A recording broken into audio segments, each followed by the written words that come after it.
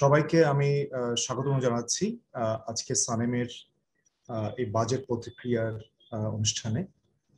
আমরা সানেমের পক্ষ থেকে ইতিমধ্যেই বাজেটের উপরে আমাদের সানেমের যারা গবেষকরা আছেন তারা প্রতিক্রিয়া জানিয়েছেন।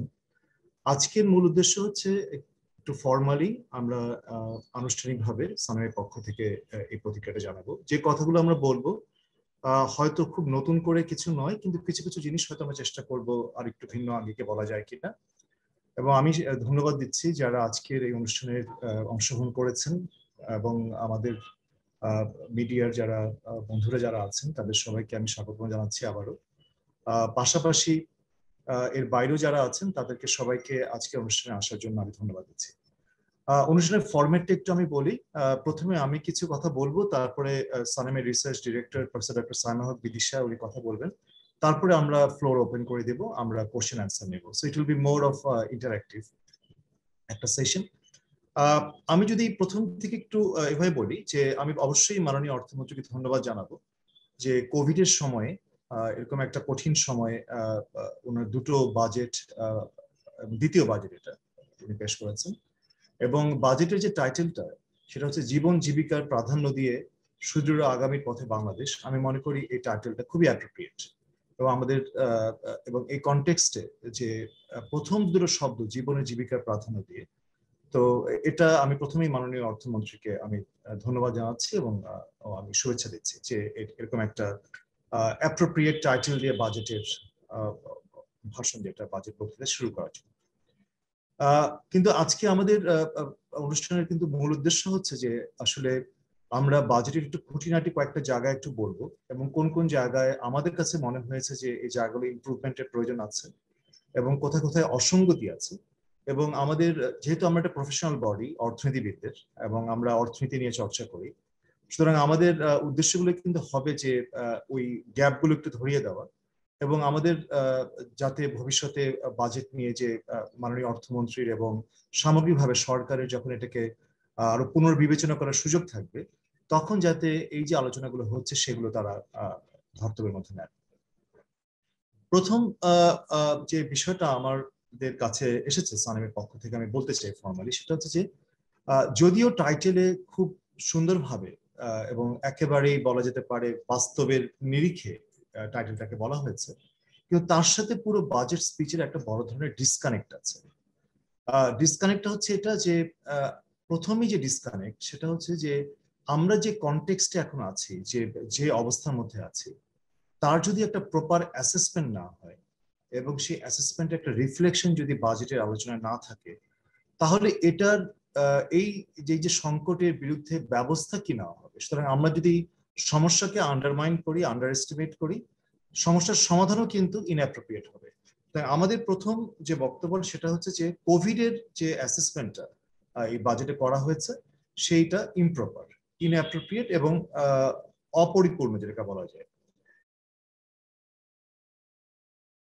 বিষয় উনি আলোচনার মধ্যে জিনিসটাকে সমৃদ্ধ করবেন, যেমন দারিদ্র্য নিয়ে, জব মার্কেট নিয়ে, শ্রমবাজারের বিষয়, এসএমই খাতের ব্যাপার বলি, ভ্যাকসিনেশনের কথা বলি, এমনকি অর্থনৈতিক পুনরুদ্ধার।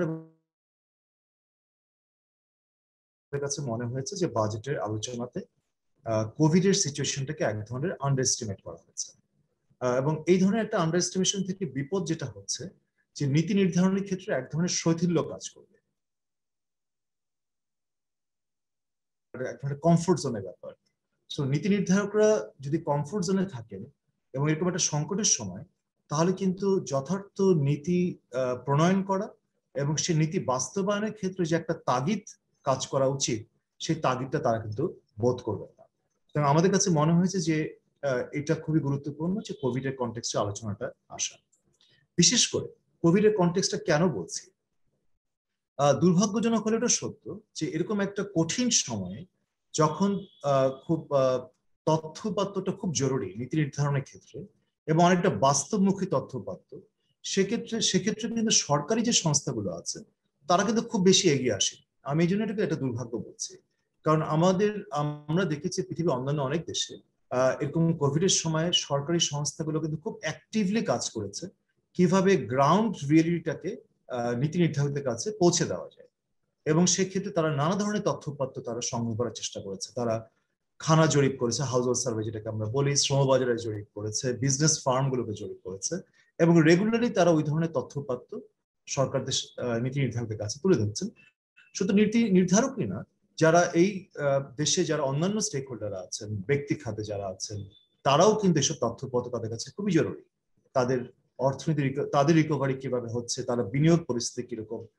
আমরা এরকম কোনো তথ্যপত্র প্রচেষ্টা সরকারি যে সংস্থাগুলো আছে তাদের কাছ থেকে আমরা দেখিনি। সুতরাং আমার কাছে মনে হয় যে এরকম সংকটের সময় যদি এই সংস্থাগুলো তাদের ডিউ রোল প্লে না করে, তাহলে আমরা এই তথ্যপত্র কোথায় পাবো? সেক্ষেত্রে কিন্তু আমরা বেসরকারি গবেষণা সংস্থা হিসাবে সানেম, এবং আমরা দেখেছি শুধু সানেম নয়, আরো কয়েকটা গবেষণা প্রতিষ্ঠান তারা কিন্তু এগিয়ে এসেছে, এবং আমাদের খুবই সীমিত সামর্থ্য দিয়ে, আমি সানেমের পক্ষ থেকে বলতে পারি, খুবই সীমিত সামর্থ্য দিয়ে আমরা চেষ্টা করেছি গ্রাউন্ড যে রিয়েলিটি যেটা, সেই রিয়েলিটি তুলে ধরার জন্য। এবং আমরা সীমিত সামর্থ্য কথাটা আমি বিশেষভাবে জোর দিচ্ছি যে এরকম একটা সংকটের সময় যখন আমরা বিভিন্ন ডেভেলপমেন্ট পার্টনার্সদের কাছে হয়তো এই ধরনের কোনো সার্ভে করার জন্য, লার্জ স্কেল সার্ভে করার জন্য হয়তো সাহায্য সহযোগিতা চেয়েছি, কেউ না করেনি, কিন্তু তারা কিন্তু বলেছে অপেক্ষা করতে হবে এবং অথবা সময় লাগবে। আমরা কিন্তু সময় অথবা অপেক্ষার জন্য বসে থাকিনি, কারণ আমাদের কাছে মনে হয়েছে এই সময়টা যদি চলে যায় এবং আমরা যদি আরো দেরি করে এই তথ্যপত্রগুলো সংগ্রহ করার জন্য একটা উদ্যোগ নেই, তাহলে এই সময়ে, এরকম একটা সংকটের সময়ে মানে ব্যক্তি খাতের অথবা বিভিন্ন সেক্টরে যারা বিজনেস ফার্ম গুলো আছে এবং হাউস হোল্ডরা, তারা কিরকম চিত্র কিন্তু আমরা এখন তুলে ধরতে পারবো না। সেই তাগিদ থেকে আমরা সানেমের পক্ষ থেকে গত বছরের জুন মাস থেকে কিন্তু আমরা একের পর এক সার্ভে করে যাচ্ছি। আমরা বিজনেস ফার্মগুলো 500টা ফার্মের উপরে 15টা সেক্টরে গত বছরের জুন মাস থেকে এখন পর্যন্ত এপ্রিল মাস পর্যন্ত, এই বছরের এপ্রিল মাস পর্যন্ত আমরা 4টা রাউন্ডে সার্ভে করেছি। আমরা গত বছরের নভেম্বর ডিসেম্বর মাসে এবং এই বছরের জানুয়ারি ফেব্রুয়ারি মাসে আরো দুটো বড় সার্ভে করেছি হাউস হোল্ডে। আমরা নভেম্বর ডিসেম্বরে যে সার্ভেটা করেছি সেটা প্রায় 6000 হাউস হোল্ডের সার্ভে, এবং আমরা জানুয়ারি ফেব্রুয়ারিতে শ্রমবাজার ভিত্তিক যে সার্ভেটা করেছি সেটা প্রায় 2 থেকে 2500 হাউস হোল্ডের সার্ভে। সুতরাং এটা আমি বলতে চাই এই কারণে যে এই যে একটা প্রচেষ্টা আমরা নিয়েছি এবং সেখানে আমরা চেষ্টা করেছি যে কিভাবে গ্রাউন্ড রিয়েলিটিকে তুলে ধরা যায়, সেটা কিন্তু সেই রিয়েলিটির পাশাপাশি সানেম শুধু নয়, সানেমের বাইরেও যে গবেষণা প্রতিষ্ঠানগুলো আছে, পিপিআরসি, বিআইজিডি, তারাও সার্ভে করেছে, সম্প্রতি আরো দু একটা গবেষণা প্রতিষ্ঠান তারাও সার্ভে করেছে। এবং আমাদের মধ্যে এক ধরনের একটা আমরা দেখতে পাচ্ছি যে এক ধরনের একটা কনসেনসাস যে প্রকৃত চিত্রগুলো কোথায়। দারিদ্র্যের হার যথেষ্ট বৃদ্ধি পেয়েছে, হার নিয়ে বিতর্ক থাকতে পারে, সংখ্যা নিয়ে বিতর্ক থাকতে পারে, কিন্তু কোনো দ্বিমত নেই যে দারিদ্র্যের হারে বড় ধরনের একটা উল্লম্ফন ঘটেছে। শ্রম বাজারে বড় ধরনের একটা সংকট সৃষ্টি হয়েছে, সেটা নিয়েও কিন্তু আমরা সেটা নিয়েও নানা ধরনের তর্ক বিতর্ক থাকতে পারে, কিন্তু আমরা দেখেছি যে যতগুলো সার্ভে হয়েছে শেষ প্রতিটা সার্ভেতে কিন্তু শ্রমবাজারের বিষয়ে বড় ধরনের কতগুলো ডাইমেনশনও দেখেছি। শহর থেকে গ্রামে ফিরে যাওয়া এবং এই যে গ্রামের শ্রমবাজারের অতিরিক্ত চাপ, শহরের শ্রমবাজারে বিশেষ করে অনানুষ্ঠানিক খাতে, সেবা খাতে যে একটা অভূতপূর্ব যে একটা সংকট আমরা দেখেছি, সেই বিষয়গুলো কিন্তু আমরা এই সার্ভেগুলোতে উঠে এসেছে। এই সার্ভেগুলোতে এটাও এসেছে যে এসএমই গুলো যারা, আমরা এসএমই না বলে আমাদের বলা উচিত মাইক্রো, স্মল এবং মিডিয়াম এন্টারপ্রাইজ, তারা কিন্তু নানা রকম ভাবে এই এই করোনাকালীন সময় তারা সংকটে নিপতিত হয়েছে এবং তারাই সবচেয়ে বেশি সাফার করেছে, এবং একই সাথে তারাই হয়তো সবচেয়ে কম সাহায্য পেয়েছে। এবং শুধু সরকারি সাহায্য তো, যে স্টিমুলাস প্যাকেজের কথা আমরা আসবো একটু পরে, যে স্টিমুলাস প্যাকেজ পাওয়ার ক্ষেত্রে নানা ধরনের সমস্যা তারা ফেস করেছে। এবং আমরা জানি যে এই মাইক্রো, স্মল, মিডিয়াম এন্টারপ্রাইজ তারা কিন্তু নানা ধরনের ইনফর্মাল নেটওয়ার্কের মাধ্যমেও সাহায্য সহযোগিতা তারা চেষ্টা করে, রিলেটিভ, ফ্রেন্ড অথবা ইনফর্মাল যে ক্রেডিট মার্কেট আছে সেখান থেকে। কিন্তু এরকম একটা সংকটকালীন সময়ও কিন্তু ইনফর্মাল সোর্স থেকেও ফাইন্যান্সিং অথবা সাপোর্টের স্কোপ গুলো কিন্তু লিমিটেড হয়ে গেছে। সুতরাং এই যে এসএমইরা, তারা মাইক্রো অথবা এমএসএমই যারা, তারা যে সংকটের মধ্যে পড়েছে, সেইগুলো কিন্তু এই বাস্তব চিত্রের মধ্যে রয়েছে। আমরা এটাও পুনরুদ্ধারের কথা বলছি, সেই পুনরুদ্ধারে কিন্তু সরকারি যে যে কেন্দ্রটা, আলোচনা কেন্দ্রটা হচ্ছে অর্থনৈতিক পুনরুদ্ধার, কিভাবে প্রবৃদ্ধি হতে পারে, কিভাবে আমরা জোর দেওয়ার চেষ্টা করেছি সানমের পক্ষ থেকে একদম শুরু থেকে, যে পুনরুদ্ধার বললে শুধুমাত্র অর্থনৈতিক পুনরুদ্ধারের দিকে তাকালে হবে না, সামাজিক পুনরুদ্ধারের দিকেও তাকাতে হবে। এবং আমরা তা না হলে পুনরুদ্ধারের আলোচনাটা অসম্পূর্ণ থেকে যাবে। এবং আমরা সামাজিক অর্থনৈতিক পুনরুদ্ধার পাশাপাশি সামাজিক পুনরুদ্ধার, সেখানে দারিদ্র বিমোচন এবং শ্রমবাজারের যে বিষয়গুলো, সংকটগুলো, যে ধরনের অসাম্য সৃষ্টি হয়েছে সমাজে নতুন নতুন ক্ষেত্রে, সেই বিষয়গুলো যদি অ্যাড্রেস না করা যায়, এবং স্বাস্থ্য খাত আছে সেটা আমরা আলোচনায় আসবো, এই বিষয়ে যদি অ্যাড্রেস না করা যায় তাহলে কিন্তু পুনরুদ্ধারের বিষয়টা আসবে না।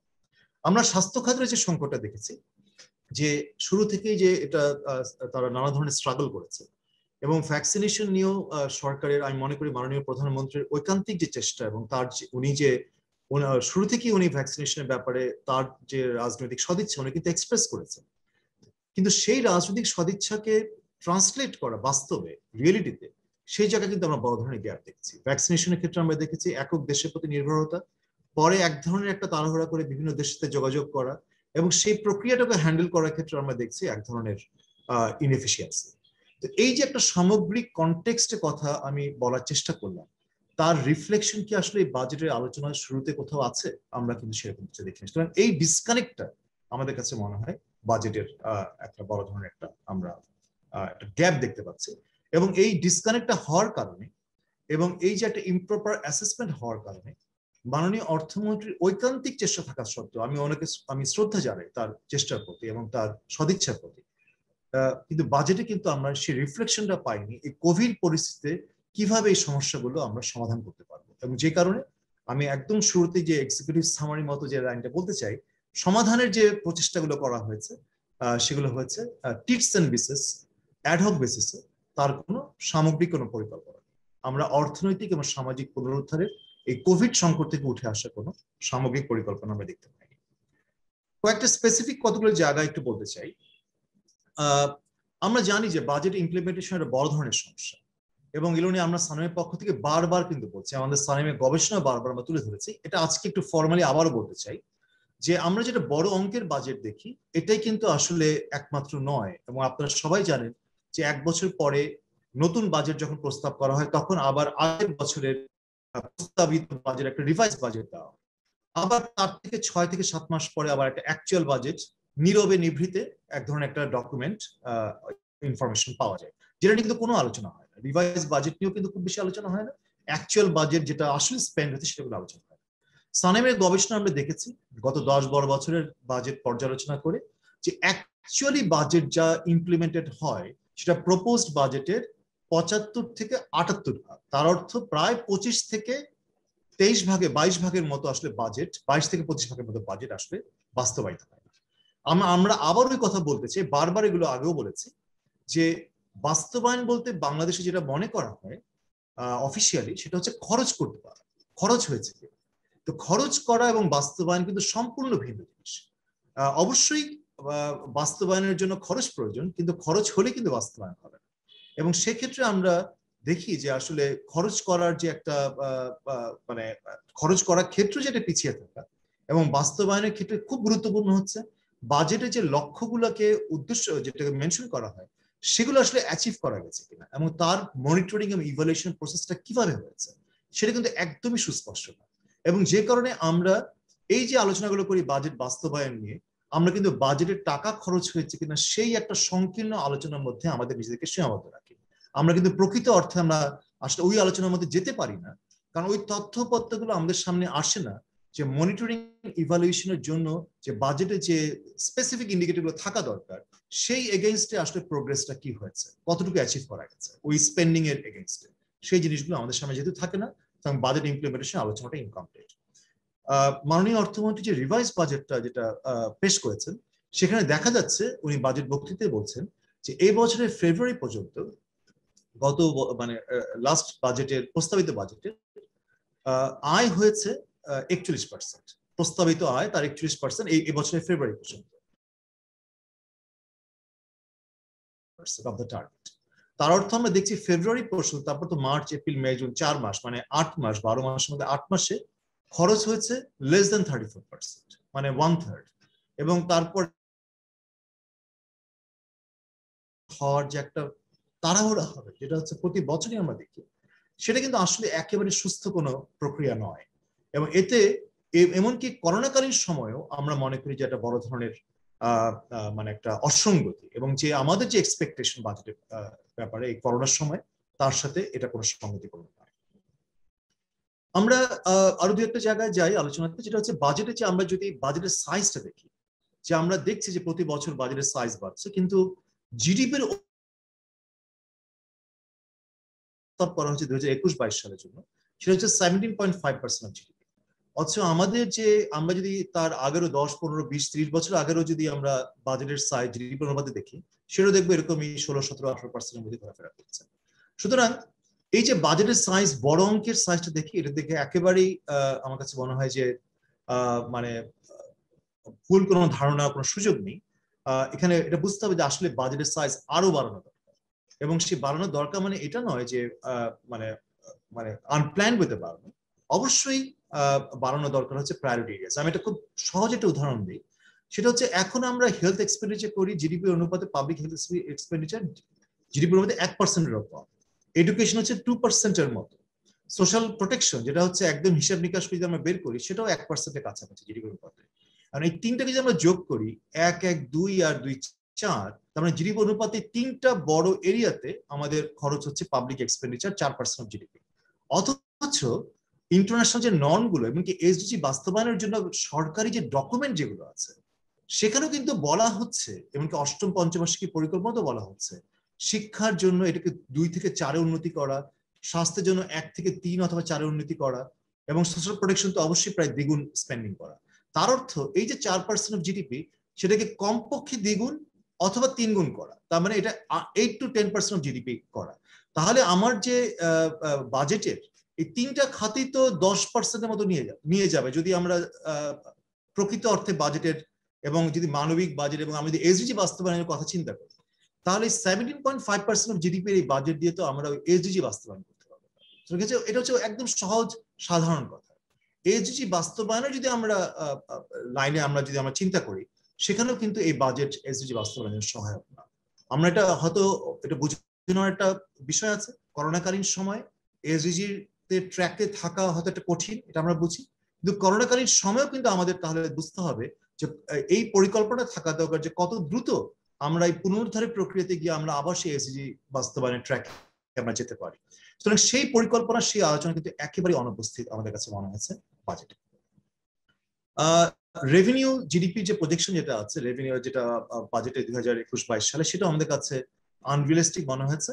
যেটা বলা হচ্ছে যে ট্যাক্স রেভিনিউ জিডিপি রেশিও যেটা হবে 11.3% আগামী অর্থ বছরে।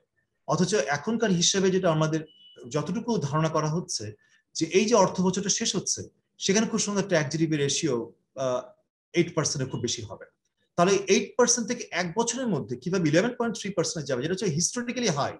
বাংলাদেশ কখনোই এই রেট, এই লেভেল পৌঁছতে পারে, এবং করোনার একটা সময় আমরা যাচ্ছি, এবং মাননীয় অর্থমন্ত্রী কিন্তু বিভিন্ন জায়গায় ট্যাক্সের পরের ক্ষেত্রে উনি ছাড় দিয়েছেন।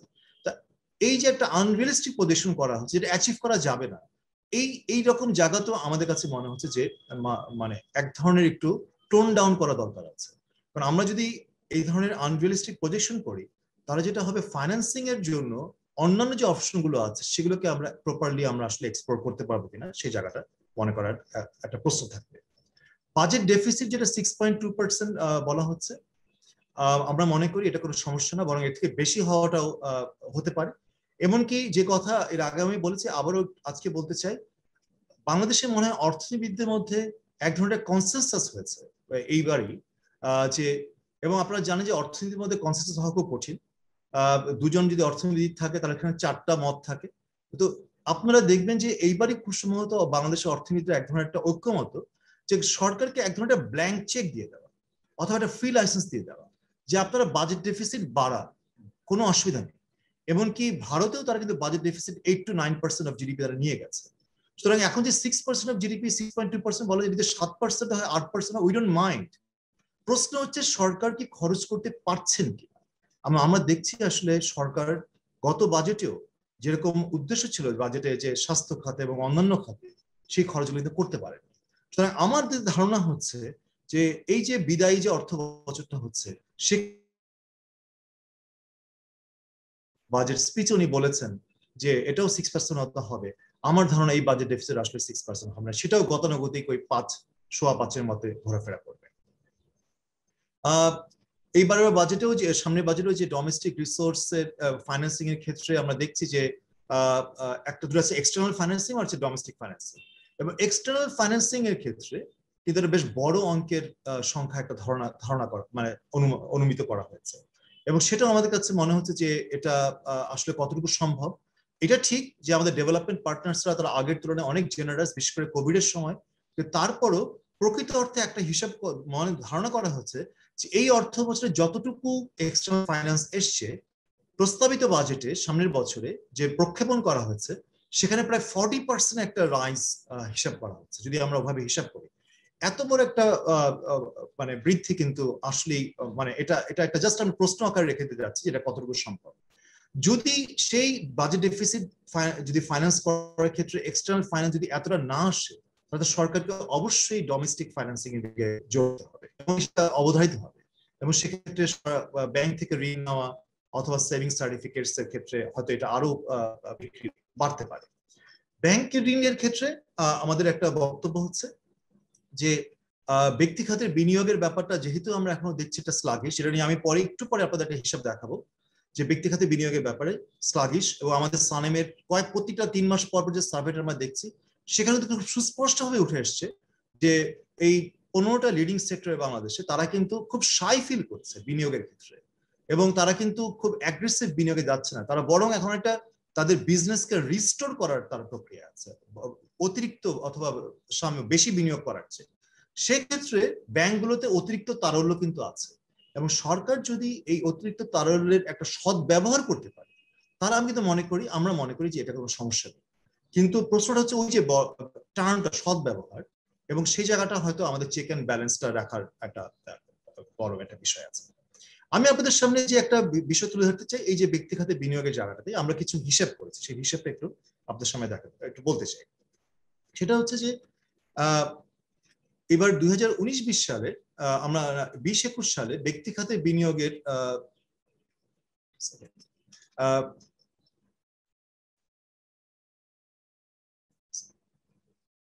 ওকে 21-22 সালে ইনভেস্টমেন্ট জিডিপি রেশিওকে ধরা হয়েছে, টোটাল ইনভেস্টমেন্ট রেশিও সেটা বাড়বে হচ্ছে 33.1, সেটা 20-21 সালে ধরা হয়েছে 32.3, সো 33.1 ছিল এবং তার হচ্ছে 32.3, তার মানে, এবং 19-20 সালে সেটা ছিল 31.8, তার মানে কিন্তু এই করোনাকালীন সময়েও কিন্তু বিনিয়োগ এবং জিডিপি অনুপাত হিসাব বাড়ছে।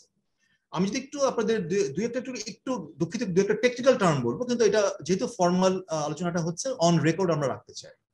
19-20 সালের ইনভেস্টমেন্ট জিডিপি রেশিও ছিল 31.8 সরকার হিসাব মতো, আপনার বাজেট ডকুমেন্টের পিছনে যে অ্যানেক্স গুলো আছে সেখানে আপনারা দেখবেন, এবং জিডিপি গ্রোথ রেট বলা হচ্ছে 5.2, এবং এই হিসেবে ইনক্রিমেন্টাল ক্যাপিটাল আউটপুট রেশিও ওই হিসেবে হয় 6.2, এবং ইনক্রিমেন্টাল ক্যাপিটাল আউটপুট রেশিও ব্যাপারে আমি খুব সংক্ষেপে বলি, এটা হচ্ছে যে আপনার ওই 1 ইউনিট আউটপুট অথবা 1 ইউনিট জিডিপি অ্যাচিভ করার জন্য কতটুকু আপনার বিনিয়োগ প্রয়োজন, সেটা হচ্ছে incremental capital output ratio. So আপনার যদি ইনক্রিমেন্টাল ক্যাপিটাল আউটপুট রেশিও যত কমবে তত কিন্তু আসলে আপনার বিনিয়োগ পরিস্থিতি এফিশিয়েন্ট। তো 19-20 সালে যেটা হচ্ছে গত বছরের জুন মাসে শেষ হয়েছে, সেখানে ইনক্রিমেন্টাল ক্যাপিটাল আউটপুট রেশিও ওই হিসেবে আসে 6.2, এবং আমরা দেখেছি যে ব্যক্তি খাতের ওই ইনভেস্টমেন্ট জিডিপি রেশিওতে পাবলিক ইনভেস্টমেন্ট হচ্ছে 8.1% এবং প্রাইভেট ইনভেস্টমেন্ট হচ্ছে 23.6%। এখন 20-21 সালে যেটা এই বছর জুনে শেষ হচ্ছে, আমি আগেই বলেছি ইনভেস্টমেন্ট জিডিপি রেশিও 32.3 বেড়েছে গত বছরের তুলনায়, সেটা নিয়ে প্রশ্ন থাকতেই পারে যে আসলে এই করোনাকালীন সময়ে ইনভেস্টমেন্ট জিডিপি রেশিও বেড়েছে কিনা, এবং জিডিপি গ্রোথ রেটও ধরা হচ্ছে 5.2 থেকে 6.1-এ বাড়বে মানে এই বিদায়ী অর্থ বছরে। এবং আমরা দেখছি ইন্টারেস্টিংলি যে 6.2 যে আয়কর ছিল সে আয়করটা কমে 5.3-তে নেমে গেল এই বিদায়ী অর্থ বছরে। তার মানে কি? তার মানে বিনিয়োগ পরিস্থিতি, আমি খুব সহজ ভাষায় বলি যে বিনিয়োগের পরিস্থিতি উন্নয়ন ঘটেছে, বিনিয়োগ আরো এফিশিয়েন্ট হচ্ছে এই করোনাকালীন সময়। এবং সেখানে আমরা দেখছি যে প্রাইভেট ইনভেস্টমেন্ট যেটা 19-20-এ ছিল 23.6, সেটা বেড়ে প্রাইভেট ইনভেস্টমেন্ট রেশিও 24.2, মানে এই করোনাকালীন সময়েও যেখানে দুটো ওয়েভ হয়ে গেল, সেখানেও কিন্তু এই গত বছর জুলাই থেকে এই বছরের জুনে এই দুটো ওয়েভ সত্ত্বেও ব্যক্তি খাতে বিনিয়োগ এবং জিডিপি রেশিও কিন্তু সেটা বেড়ে গেল 24.2 এবং পাবলিক ইনভেস্টমেন্ট 8.2 এসছে। এখন 21-22 এই অর্থ বছর নেক্সট অর্থ বছরে যেটা বলা হচ্ছে যে ইনভেস্টমেন্ট জিডিপি রেশিও আরো বাড়বে 33.1, জিডিপি গ্রোথ রেট 7.2 হবে এবং ইনক্রিমেন্টাল ক্যাপিটাল রেশিও আরো ফল করবে, সেটা হবে 4.6। তার মানে বিনিয়োগ পরিস্থিতি আরো উন্নয়ন করবে। আমি আশাবাদী হতে চাই অবশ্যই, এবং মাননীয় অর্থমন্ত্রীর ওনার আশাবাদের সাথে আমরাও সেই আশা এবং স্বপ্নের সারথি হতে চাই। কিন্তু এখানে বিষয়টা হচ্ছে যে আমরা কি আসলে বাস্তবতাটাকে নিচ্ছি কিনা, এবং সেক্ষেত্রে একটু জিনিস খেয়াল করে দেখুন, আপনারা যদি ওই বাজেট ডকুমেন্ট দেখেন যে প্রাইভেট ইনভেস্টমেন্ট জিডিপি রেশিও আরো ফার্দার বাড়ার হিসাব হচ্ছে। সেটা হচ্ছে যে এই বিদায় অর্থ বছরে 24.2 থেকে এটা বেড়ে 25% হবে, এবং 25% যদি হয় তাহলে সেটা হবে হিস্টোরিক্যালি বাংলাদেশে ব্যক্তি খাতে বিনিয়োগের এবং জিডিপির অনুপাতে সর্বোচ্চ। এই করোনাকালীন সময়ে আমরা এরকম একটা সর্বোচ্চ অনুমান নিচ্ছি। আমি আপনাদেরকে এটা যদি হয়, একটা হচ্ছে যে এই ইনভেস্টমেন্ট জিডিপি রেশিও হিসাব দেখে অনেকে কনফিউজ হতে পারে। আমরা যদি আরেকটু জিনিসটাকে একটু সহজভাবে অন্যভাবে যদি প্রেজেন্ট করি, সেটা হচ্ছে ব্যক্তি খাতের বিনিয়োগের প্রবৃদ্ধি এই গত 2 বছরে কি হচ্ছে এবং সরকারি বিনিয়োগের প্রবৃদ্ধি, আমি রিয়েল টার্মে প্রবৃদ্ধির হিসাব করেছি। হিসাবটা আপনাদেরকে বলি, 19-20 যেটা গত বছরের জুনে শেষ হলো অর্থ বছর, সেখানে ব্যক্তি খাতের বিনিয়োগের প্রবৃদ্ধি তার আগের বছরের তুলনায় হয়েছে 5.5% এবং সরকারি বিনিয়োগের প্রবৃদ্ধি হয়েছে 6.1%। এবং 20-21 যেটা এই যে দুটো এই অর্থ বছর যেটা শেষ হচ্ছে, সেখানে যখন করোনার দুটো ওয়েভ গেছে এবং আমরা জানি যে এর মধ্যে নানা ধরনের রেস্ট্রিকশন এবং অর্থনৈতিক মন্দা বা নানাভাবে হচ্ছে, সেখানে ব্যক্তি খাতের বিনিয়োগের প্রবৃদ্ধি তার আগের অর্থ বছরের তুলনায় 5.5 এর তুলনায় ধরা হচ্ছে 8.8% এবং সরকারি বিনিয়োগের প্রবৃদ্ধি হচ্ছে 6.1 এর থেকে বেড়ে 7.4% বাড়বে। এবং সামনের অর্থ বছরে ব্যক্তি খাতে বিনিয়োগের প্রবৃদ্ধি ধরা হচ্ছে ওটা এই বিদায়ী অর্থ বছরে যখন 8.8 আছে সেটা থেকেও বেড়ে হবে 10.7% এবং সরকারি বিনিয়োগ প্রবৃদ্ধি কমবে, সেটা হচ্ছে 7.4 থেকে 5.9%। তাহলে আমরা যে জিনিসটা একটু বলতে চাই সেটা হচ্ছে যে বাস্তব পরিস্থিতিকে আমাদের ব্যক্তি খাতের বিনিয়োগের এত বড় প্রবৃদ্ধি, যেটা 10.8% যেটা ধরা হচ্ছে সামনের বছরের জন্য, হিস্টোরিক্যালি হাই। বাংলাদেশের ব্যক্তি খাতের বিনিয়োগের প্রবৃদ্ধি এত বেশি হয়। সুতরাং এই জিনিসগুলো আমাদের কাছে হচ্ছে এই রিয়েলিটি চেকগুলো, যে ন্যাশনাল অ্যাকাউন্টস এর হিসাবগুলো যদি প্রপারলি হ্যান্ডেল না করা হয় এবং সেভাবে যদি মাননীয় অর্থমন্ত্রীর কাছে এই ধরনের তথ্যগুলো যদি সাপ্লাই করা হয় এবং সেটারও বেস করে যদি বাজেটে এরকম মোটা এই যে বড় ম্যাক্রো ইন্ডিকেটরস গুলোকে যদি হিসেব করে আমাদের ম্যাক্রো ইকোনমির যদি একটা অ্যাসেসমেন্ট দেওয়া হয়, সেটা কতটুকু আসলে বাস্তবসম্মত হচ্ছে সেই প্রশ্নটা আমরা রেখে যাচ্ছি। বাজেটে আমাদের কাছে মনে হয়েছে যে মাননীয় অর্থমন্ত্রী খুব সঠিকভাবে প্রায়োরিটিস গুলোকে একদম ঠিক মতনই উনি উল্লেখ করেছেন। হেলথ সেক্টরের কথা বলেছেন, স্টিমুলাস প্যাকেজের কথা বলেছেন, agriculture, education, rural development priority areas গুলোকে বলার জন্য। কিন্তু আসলে আমি যে এতক্ষণ ধরে আলোচনাটা করলাম সেই কনটেক্সটে এই যে আমরা সমস্যাগুলো দেখেছি এই খাতগুলোতে, এবং এই খাতগুলোতে সমস্যার কারণে আমরা যে বিশেষ করে আমরা হেলথ সেক্টরে ভ্যাকসিনের কথা বলেছি, আমরা যে এমনকি হেলথ সেক্টরে 100 কোটি টাকা যেটা গত অর্থ বছরে দেওয়া হলো সেটা স্পেন্ড করা গেল না, এমনকি হেলথ সেক্টরের জন্য যে ইনক্রিজড অ্যালোকেশন দেওয়া হলো সেটাও স্পেন্ড করা গেল না। স্টিমুলাস প্যাকেজ ইমপ্লিমেন্টেশনের ক্ষেত্রে আমরা সমস্যা দেখেছি, বিশেষ করে এসএমই কে যদি আমরা মাইক্রো স্মল দেখে যদি আমরা কথা বলি। শিক্ষা খাত, এডুকেশন নিয়ে আনফরচুনেটলি বাজেটের মধ্যে খুব এলাবোরেটেড কোনো কথা নেই। যেটা আছে যে কি করা হয়েছে, কিন্তু যে সমস্যাগুলো বিভিন্ন সার্ভে থেকে খুব সুস্পষ্ট হয়ে উঠে এসেছে, যে অনলাইন এডুকেশনের মধ্যেও আমরা দেখেছি সানামের সার্ভে থেকে 20-22 ভাগ ছাত্রছাত্রী তারাই অনলাইনের এডুকেশন রেগুলার তারা কারেক্টেড হতে থাকতে পেরেছে। এবং শিক্ষা খাতে যে একটা বড় ধরনের ড্রপ আউট হওয়ার একটা রিস্ক আছে, এবং মেয়েদের যে আর্লি ম্যারেজের কারণে একটা বড় ধরনের যেহেতু তার ডিটাচড আছে, এবং এই পুরো শিক্ষা খাতের ব্যাপারে যে এই যে একটা বড় ধরনের আনসার্টেনিটি হচ্ছে, ক্রিয়েট হয়েছে, তার কি কোনো রিফ্লেকশন বাজেটের মধ্যে আছে? এই প্রশ্নটা আমরা রেখে গেলাম। এমপ্লয়মেন্টের ক্ষেত্রে আমরা দেখছি যে এই কর্মসংস্থান যে কথা আমি আগে বলেছি, আমি আর রিপিট করছি না, কিন্তু যে সমস্যাগুলো আমরা বোথ ডোমেস্টিক এবং ওভারসিজ এমপ্লয়মেন্টেও, সেই সমস্যাগুলো নিয়ে কি খুব সুনির্দিষ্টভাবে কোনো আলোচনা আছে? পভার্টির ক্ষেত্রে ওল্ড পোর এবং নিউ পোর নিয়ে এটা তো বন্ধুরা আপনারা খুব সুস্পষ্টভাবে হেডলাইন নিউজ করেছে যে নিউ পোর নিয়ে কোনো কথা নেই। তো আমরা এই কথাটা আবারও বলতে চাই যে সোশ্যাল প্রোটেকশন প্রোগ্রামের ক্ষেত্রে ওল্ড পোরদের জন্য যে লিস্ট আছে সেই লিস্ট ফল্টি। লিস্ট অনুযায়ী অনেক ওল্ড পোররা যে আমরা জানি এক্সক্লুশন ইনক্লুশন এররের কারণে তারা ঠিকমতো পান না, এবং নন পুররা যারা পুর না তারা পান, এবং পুররা যারা তারা পান না। আর নিউ পুর যারা, তাদের তো কোনো তালিকাই গভর্নমেন্টের কাছে নেই। সেক্ষেত্রে কিভাবে তাহলে কোন মেকানিজমে এই পুর পিপলদের কাছে পৌঁছানো হবে, সেটা কি কোনো আলোচনা আছে? এবং সবচেয়ে বড় যে আমাদের দুঃখ লেগেছে, সবচেয়ে বড় যেটা অস্বীকৃতি আছে বাজেটের মধ্যে, সেটা হচ্ছে যে নতুন পুরদের নিয়ে, অ্যাজ ইফ নতুন পুররা পুর তারা নেই, তাদের এক্সিস্টেন্স নেই বাংলাদেশে। এবং তারা কোথায়, তাদেরকে কিভাবে আমরা রিচ আউট করবো, কিভাবে আমরা তাদের কাছে সহযোগিতা দিব, সেই বিষয়টা কিন্তু আমাদের কাছে আমরা দেখি। রেমিটেন্সের ব্যাপারে এবারে বাজারে যে 2% ইনসেন্টিভ দেওয়া হচ্ছে, আমরা মনে করি যে এটা অবশ্যই প্রশংসনীয় এবং এটা কন্টিনিউ করছে, ধন্যবাদ দিচ্ছি। কিন্তু যেটা খুব গুরুত্বপূর্ণ, যেটা আমরা দেখিনি, সেটা হচ্ছে এই যে রেমিটেন্সের মানিকে কোনো না কোনোভাবে কি আমাদের ইকোনমিক এন্ড সোশ্যাল রিকভারিতে একটা কানেক্ট করা যেত, ইনসেন্টিভ দিয়ে ইনভেস্টমেন্টের সাথে রিলেট করা, যে জিনিসটা আমরা কিন্তু দেখিনি যে কিভাবে বিদেশ থেকে যে টাকা পাঠাচ্ছেন সেটা বাংলাদেশে বিনিয়োগ করতে পারেনি মাইক্রো স্মল মিডিয়াম এন্টারপ্রাইজরা, এবং ইকোনমিক রিকভারি প্রসেসে তারা সাহায্য করতে পারে। বিভিন্ন ইন্ডাস্ট্রি এবং বিজনেসকে যে নানা ধরনের ভ্যাট এবং অন্যান্য কর সুবিধা দেওয়ার কথা বলেছে, এ ব্যাপারে আমাদের একটা মিশ্র প্রতিক্রিয়া আছে। আমরা মিশ্র প্রতিক্রিয়া এভাবে বলবো যে আমরা এটাকে একটা কম্প্রিহেন্সিভ একটা ইন্ডাস্ট্রিয়াল পলিসির আন্ডারে দেখি, এবং যেটা খুবই খুবই একটা গ্যাপ মনে হচ্ছে। এটা অনেকটা টিটস এন্ড বিসনেস, বিভিন্ন বিজনেস অ্যাসোসিয়েশনের দাবি দেওয়ার প্রেক্ষিতে এই জিনিসগুলো হয়েছে।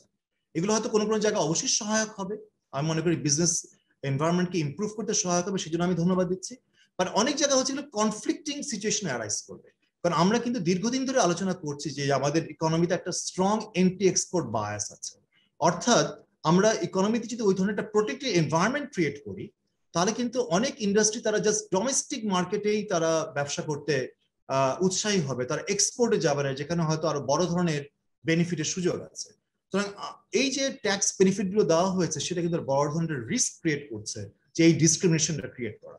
আরেকটা বড় জিনিস আমি বলবো যে বাংলাদেশ কিন্তু এলডিসি থেকে গ্রাজুয়েট হয়ে যাচ্ছে, সেক্ষেত্রে এই যে ধরনের যে ট্যাক্স যে ইনসেন্টিভ গুলো দেওয়া হচ্ছে, সেগুলো কতটুকু ডাব্লিউটিও কনসিস্টেন্ট। এলডিসি বলে আমরা হয়তো এখন আপাতত পার পেয়ে যাবো, কিন্তু ভবিষ্যতে এগুলো কিন্তু বড় ধরনের একটা প্রশ্নবিদ্ধ হবে। সেই অ্যাসেসমেন্টটা করা হয়েছে কিনা, সেই জায়গাটা আমাদের কাছে মনে হয় একটা প্রশ্ন। আমি আর কিছু আমি আর আগাতে চাই না, আমি কারণ আমি ডক্টর বিদিশাকে ফ্লোর দিব, এবং তারপরে হয়তো প্রশ্ন উত্তরে হয়তো আরো কিছু আসবে।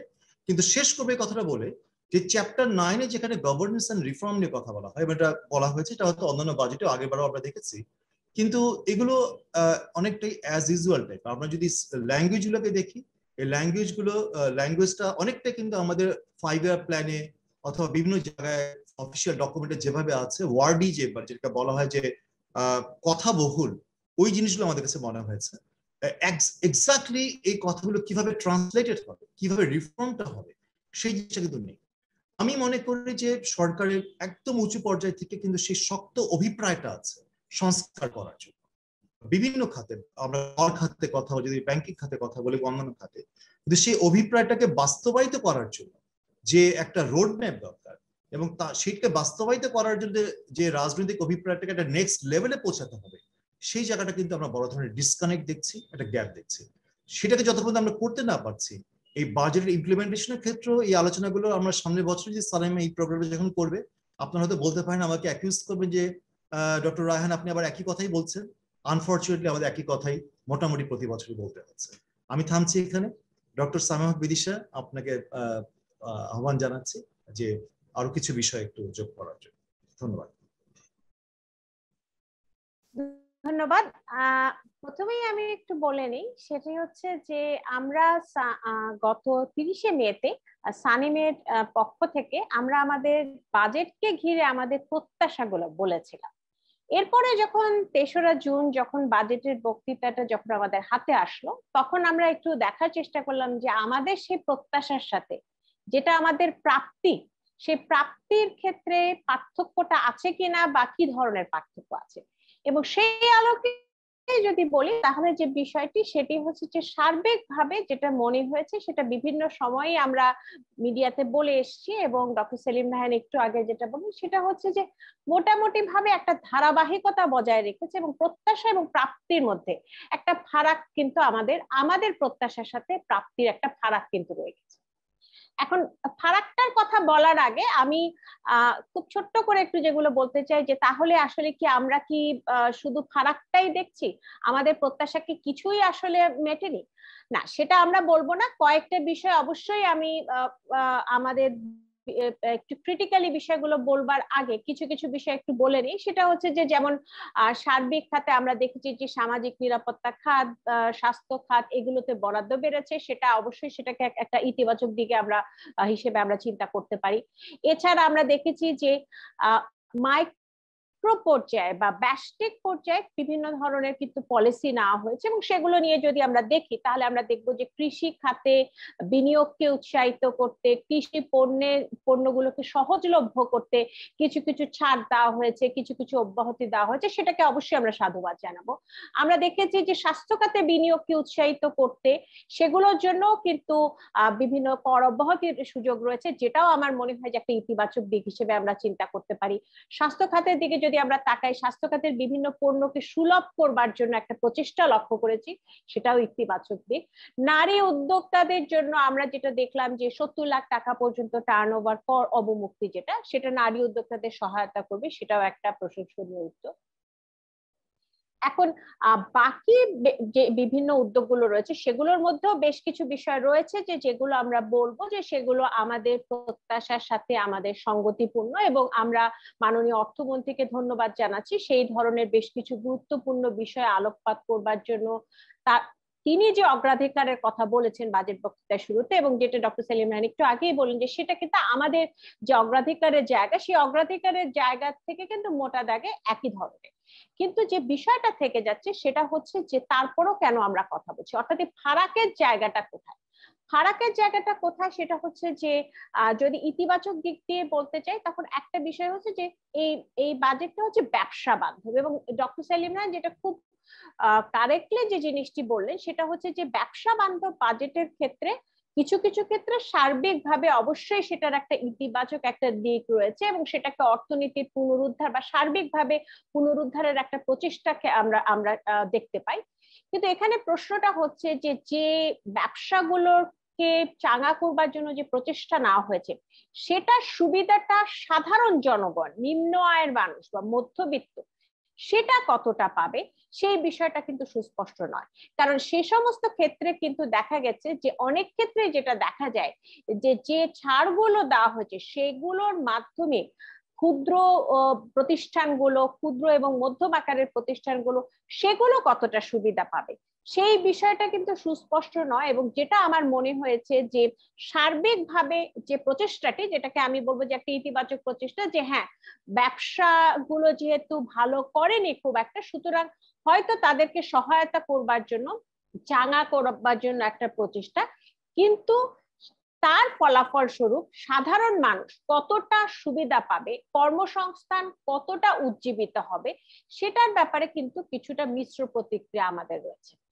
আর দ্বিতীয় যে বিষয়টি বলি সেটি হচ্ছে সার্বিকভাবে আমরা আসলে এই বাজেট থেকে কি চেয়েছিলাম, প্রত্যাশা প্রাপ্তির কেন একটা ফারাক হলো। ফারাক হয়তো হবে, কিন্তু এই ফারাকটা মূলত যে কারণে সেটা হচ্ছে, যেটা একটু আগেই বলা হলো, সেটা হচ্ছে যে এই বাজেটে আসলে ছোট ছোট কিছু পলিসির মাধ্যমে, ছোট ছোট কিছু নীতির মাধ্যমে ব্যষ্টিক পর্যায়ে কিছুটা প্রণোদনা, কিছুটা উদ্দীপনা এবং কিছুটা ছাড়ের মাধ্যমে কিছুটা অব্যাহতি দেওয়া বা একটু ব্যবসাগুলোকে সুবিধা করা, সাধারণ মানুষকে কিছুটা সহায়তার চেষ্টা করা হয়েছে।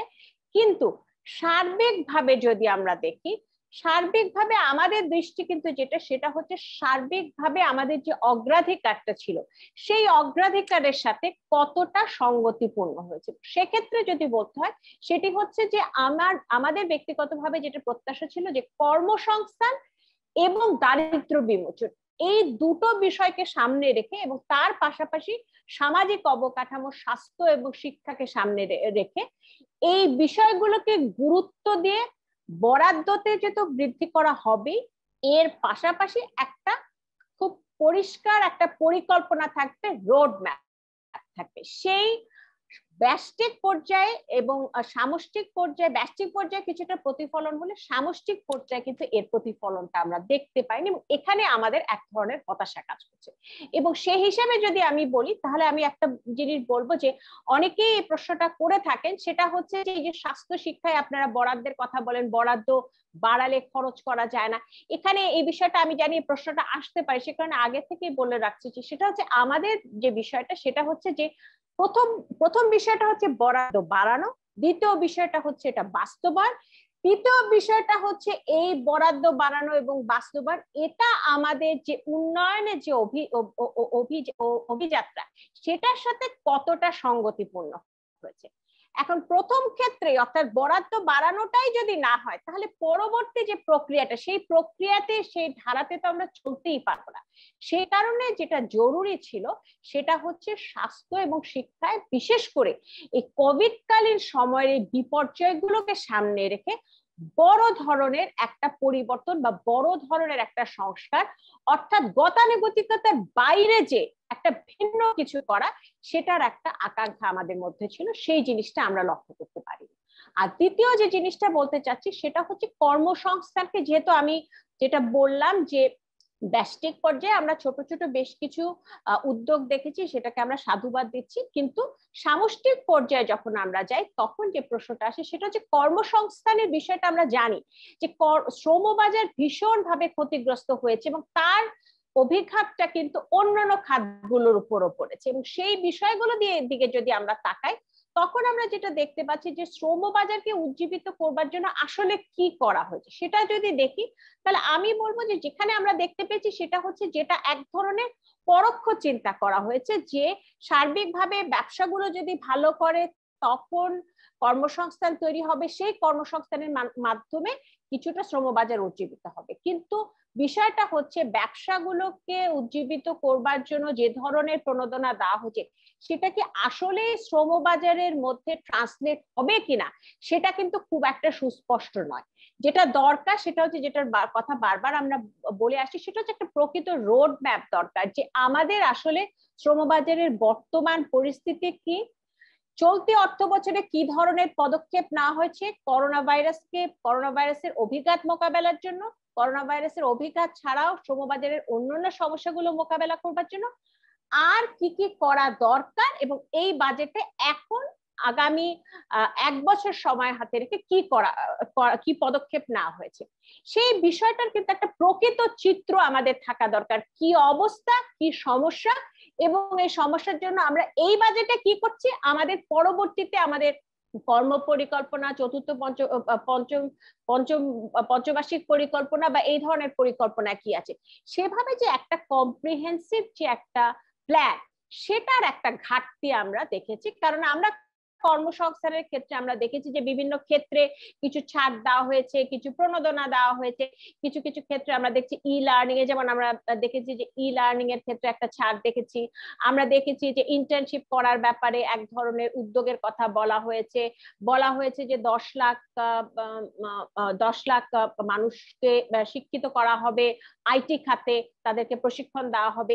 কিন্তু এই জিনিসগুলো হচ্ছে খুব ছোট ছোট। বাংলাদেশের যে চাহিদা, সার্বিক যে চাহিদা, করোনার অভিঘাতের আগে শ্রমবাজারে বড় ধরনের কিন্তু চ্যালেঞ্জ ছিল, সেই চ্যালেঞ্জগুলো অ্যাড্রেস করবার জন্য চতুর্থ শিল্প বিপ্লবের চ্যালেঞ্জ থেকে শুরু করে শোভন কাজের যে চ্যালেঞ্জ, তরুণদের বেকারত্বের যে সমস্যা, সেগুলোকে অ্যাড্রেস করে সুস্পষ্ট কর্মপরিকল্পনা এবং সুস্পষ্ট কর্মপরিকল্পনার রোড ম্যাপটা, এই বিষয়টার কিন্তু একটা ঘাটতি রয়ে গেছে। এবং সেক্ষেত্রে যদি আমরা বলি, আরেকটা বিষয় হয়তো বলার বিষয় আছে যে কিছু কিছু ক্ষেত্রে আমার মনে হয়েছে যে আমরা আমাদের কিছু পরিকল্পনাগুলোর ক্ষেত্রে, যেমন একটা বিষয় হচ্ছে যে আমরা যখন বারবারই বলে আসি কর খাতের কথা, তখন একটা প্রশ্ন যেটা রয়ে যায় সেটা হচ্ছে যে আমরা আমাদের, হ্যাঁ অবশ্যই কর অব্যাহতির কিছু বিষয় এই বাজেটে দেওয়া হয়েছে একটা করোনা ভাইরাসকে কেন্দ্র করে, সেখানে কিছু তর্ক বিতর্ক থাকতে পারে, কিন্তু একটা স্বাভাবিক বিষয় যেটা সেটা হচ্ছে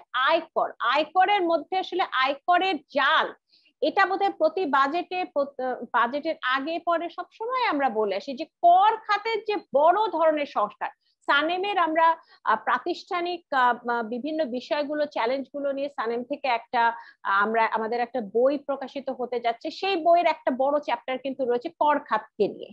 সুতরাং এই খাতগুলোতে সংস্কার, কর খাতে, ব্যাংকিং খাতে এই যে সংস্কারের দরকার রয়েছে সেগুলোকে চিন্তা করে কেন্দ্র করে এই সময়টাতে একটা কর্ম পরিকল্পনার অসম্ভব দরকার ছিল।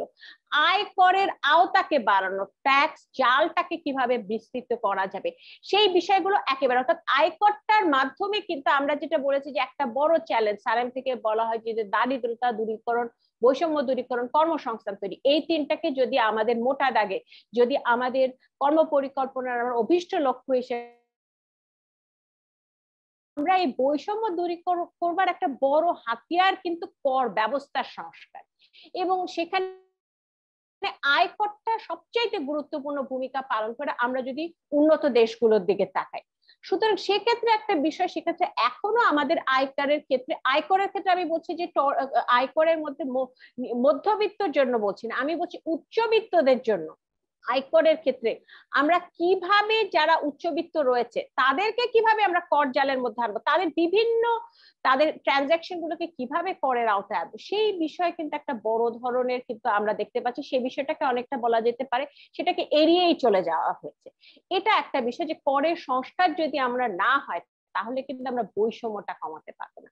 আর শেষ করব হয়তো একটা বিষয় নিয়ে কথা বলতে, সেটা হচ্ছে দারিদ্রতা দূরীকরণের জন্য আমরা বারবার বলছি এবং এখানে বিভিন্ন সময় আমরা বলে আসি যে জাতীয় সামাজিক নিরাপত্তা কর্মসূচি যেটা রয়েছে এটা একটা জাতীয় নীতিমালা, সেটার আলোকে সামাজিক নিরাপত্তা কর্মসূচিকে ঢেলে সাজানোর কিন্তু এটাই উপযুক্ত সময় ছিল। এবং সেক্ষেত্রে মাথাপিছু যে বরাদ্দটা সেটা বরাদ্দ বাড়ানো, শহরে দরিদ্রদেরকে কেন্দ্র করে বিভিন্ন ধরনের কর্ম পরিকল্পনা তৈরি করা এবং কর্মসংস্থানমুখী সামাজিক নিরাপত্তা খাতের কাঠামোটা তৈরি করা, এবং কর্মসংস্থানের ক্ষেত্রে এমনও কিন্তু প্রস্তাবনা করা যেতে পারে যে সেটা হচ্ছে যে বেকারদের জন্য তাদের জন্য কিছু ভাতার মাধ্যমে মানুষের সারা অর্থনীতিতে এক ধরনের ক্যাশ ইনজেকশনের ব্যবস্থা করা যাতে করে চাহিদা তৈরি হয়, সেই ধরনের কর্ম পরিকল্পনাও কিন্তু করা সম্ভব, অন্তত পক্ষে অল্প কয়েক মাসের জন্য হলেও করা সম্ভব। সুতরাং এই সার্বিক এই বিষয়গুলো আমার মনে হয় বিবেচনায় আসবে, এই প্রত্যাশাটা আমাদের ছিল, সেই কারণে এখনো আমার মনে হয় যে আমাদের সময় আছে, আমরা ধাপে ধাপে এটা করা সম্ভব। সুতরাং বাজেট পাস করবার আগে কিছু কিছু ক্ষেত্রে আমরা হয়তো খুব বৈপ্লবিক পরিবর্তন না হলেও আমরা যদি সংস্কারের এক ধরনের ইঙ্গিত যদি আমরা দেখতে পাই সেটার আমরা একটা প্রত্যাশা করবো, এবং সেই প্রত্যাশা নিয়ে এখানে শেষ করছি। অনেক ধন্যবাদ ডক্টর বিদিশা। সানেমের পক্ষ থেকে আমাদের যে ফর্মালি যে মানে শুরুতে যে প্রারম্ভিক যে বক্তব্য সেটা আমি এবং ডক্টর বিদিশা আমরা দিলাম। এখন আমরা একটু ইনভাইট করছি কোশ্চেন্স, এবং কেউ যদি হ্যাঁ মিস্টার নিপু আপনি হাত তুলেছেন, যে প্রশ্ন করতে চান একটু হাত তুলবেন এবং দয়া করে অথবা চ্যাট বক্সেও লিখতে পারেন। সো আমি প্রথমে মিস্টার নিপু আপনাকে দিচ্ছি, তারপরে মিস্টার মানিক শিকদারকে দিচ্ছি। জি, আমার কথা শোনা যাচ্ছে? জি শোনা যাচ্ছে, জি বলুন। আচ্ছা, বাজেটে নতুন কোর এই ব্যাপারে কিছু বলা হয়নি, যেটা আমরা দেখেছি এবং ডক্টর সেলিম রায়হানও বললেন, জরিপে দেখা গেছে যে প্রায় 2.5 কোটির মতো নতুন কোর সৃষ্টি হয়েছে। সানেমের তো দেখা গেছে যে 47% এখন দারিদ্র্য সীমার নিচে। এখন ডক্টর সেলিম রায়হান বললেন যে এটা একটা অস্বীকৃতির মনোভাব। এইটা কেন করে? প্রতিবারই তারা মানে স্বীকার করতে চায় না, মানে স্বীকার করলে দোষটা কি? মানে আপনি যদি সমস্যা স্বীকারই না করেন তাহলে সমাধান কিভাবে করবেন? এটা একটা প্রশ্ন। আর একটা হইলো এই যে চলতি অর্থ বছরে যে কালো টাকা সাদা, যেটা অর্থমন্ত্রী কখনই কালো টাকা বলেন না, বলেন অপ্রতিষ্ঠিত টাকা, এটা সাদা করার যে অবারিত বিধান ছিল এটা নিয়ে কিছু বলা হয় নাই। কালকে তাকে প্রশ্ন করা হয়েছিল, বললো যে আগামী 30 তারিখ পর্যন্ত অপেক্ষা করতে হবে, মানে এটা ভালো মন্দ দেখে তারপরে বিবেচনা করা হবে। এক্ষেত্রে আপনার বক্তব্যগুলি জানতে চাচ্ছি ডক্টর সেলিম রায়হান। অনেক অনেক ধন্যবাদ মিস্টার নিপু। প্রথমটা একটু আসি যে এই যে অস্বীকৃতি জায়গাতে আমার কাছে মনে হয় যে আলোচনাটা আমি একদম শুরুতে করেছিলাম, আমি জানি না আপনি একদম শুরুতে কানেক্টেড ছিলেন কিনা, আমি বলেছিলাম তথ্য উপাত্তের কথা। এবং তথ্য উপাত্ত যেহেতু সরকারি নীতি নির্ধারকদের হয়তো তাদের এক ধরনের মানসিকতা থাকতে পারে, তারা তাদের নীতি নির্ধারণটা সরকারি তথ্য উপাত্তের উপর ভিত্তি করে করবেন। আনফরচুনেটলি সরকারি তথ্য উপাত্ত কিন্তু এই নতুন কোর নিয়ে কোনো সার্ভে নেই, কিছু নেই। সুতরাং সেই ক্ষেত্রে আমরা যে বেসরকারি গবেষণা সংস্থাগুলো যারা করেছে কয়েকটাই কিন্তু এরকম বিশাল সংখ্যক দারিদ্র সীমার মানে জনগোষ্ঠী দারিদ্র সীমার নিচে পড়ে গেছে এরকম। আমি একটা রেঞ্জ বলি, সানেমের গবেষণায় যেরকম আমরা পেয়েছি প্রায় 3.5 কোটির মতো মানুষ নতুন করে দরিদ্র হয়েছে। পিপিআরসি বিআইজিডি তারা বলছে প্রায় 2.5 কোটির মতো। তার মানে আমরা একটা রেঞ্জের মতো পাচ্ছি 2.5 থেকে 3.5 কোটির মতো মানুষ। আমরা যদি ধরেও নিই যে একটা এরকম 2.5 কোটি থেকে 3 কোটির মতো মানুষ নতুন করে দরিদ্র হয়েছে, সুতরাং সেই আলোচনা সেই রিফ্লেকশন কিন্তু এই বাজেটের মধ্যে নেই। সুতরাং তারা হয়তো অপেক্ষা করেছেন যে সরকারি তথ্য বিবিএস কবে সার্ভে করবে। এখন আনফরচুনেটলি বিবিএস এর সার্ভে করতে করতে হয়তো করোনাই অতিক্রান্ত হয়ে যাবে। ততদিনে তো আমরা ওই করোনাকালীন সময় যে সংকটটা হচ্ছে সেটা আমরা পাবো না। সুতরাং আমি হয়তো অনুরোধ করব যে মাননীয় অর্থমন্ত্রী এবং বাজেট যারা প্রণয়ন করেছেন তারা যদি এই যে বিভিন্ন সার্ভে গুলো হয়েছে বা এই সময়, এমনকি বিশ্বব্যাংক তারাও সার্ভে করেছেন এবং অন্যান্য সার্ভে, এইগুলোকে যদি একটু বিবেচনার মধ্যে নেন তাহলে হয়তো ওই অস্বীকৃতির জায়গাটা অনেকটাই সলভ করা যাবে। আর দ্বিতীয় প্রশ্নটা আমি হয়তো চট করে একটু ভুলে গেছি, একটু যদি আবার একটু খেয়ে ধরিয়ে দিন আমাকে মিস্টার নিপু। জি বলেছিলাম, শোনা যাচ্ছে? জি বলুন। এই যে চলতি অর্থ বছরের বাজেটে ওই যে কালো টাকা বিষয়, এই ব্যাপারে উত্তর দেওয়ার জন্য আমি ডক্টর বিদিশাকে একটু ফ্লোর দিচ্ছি। ধন্যবাদ।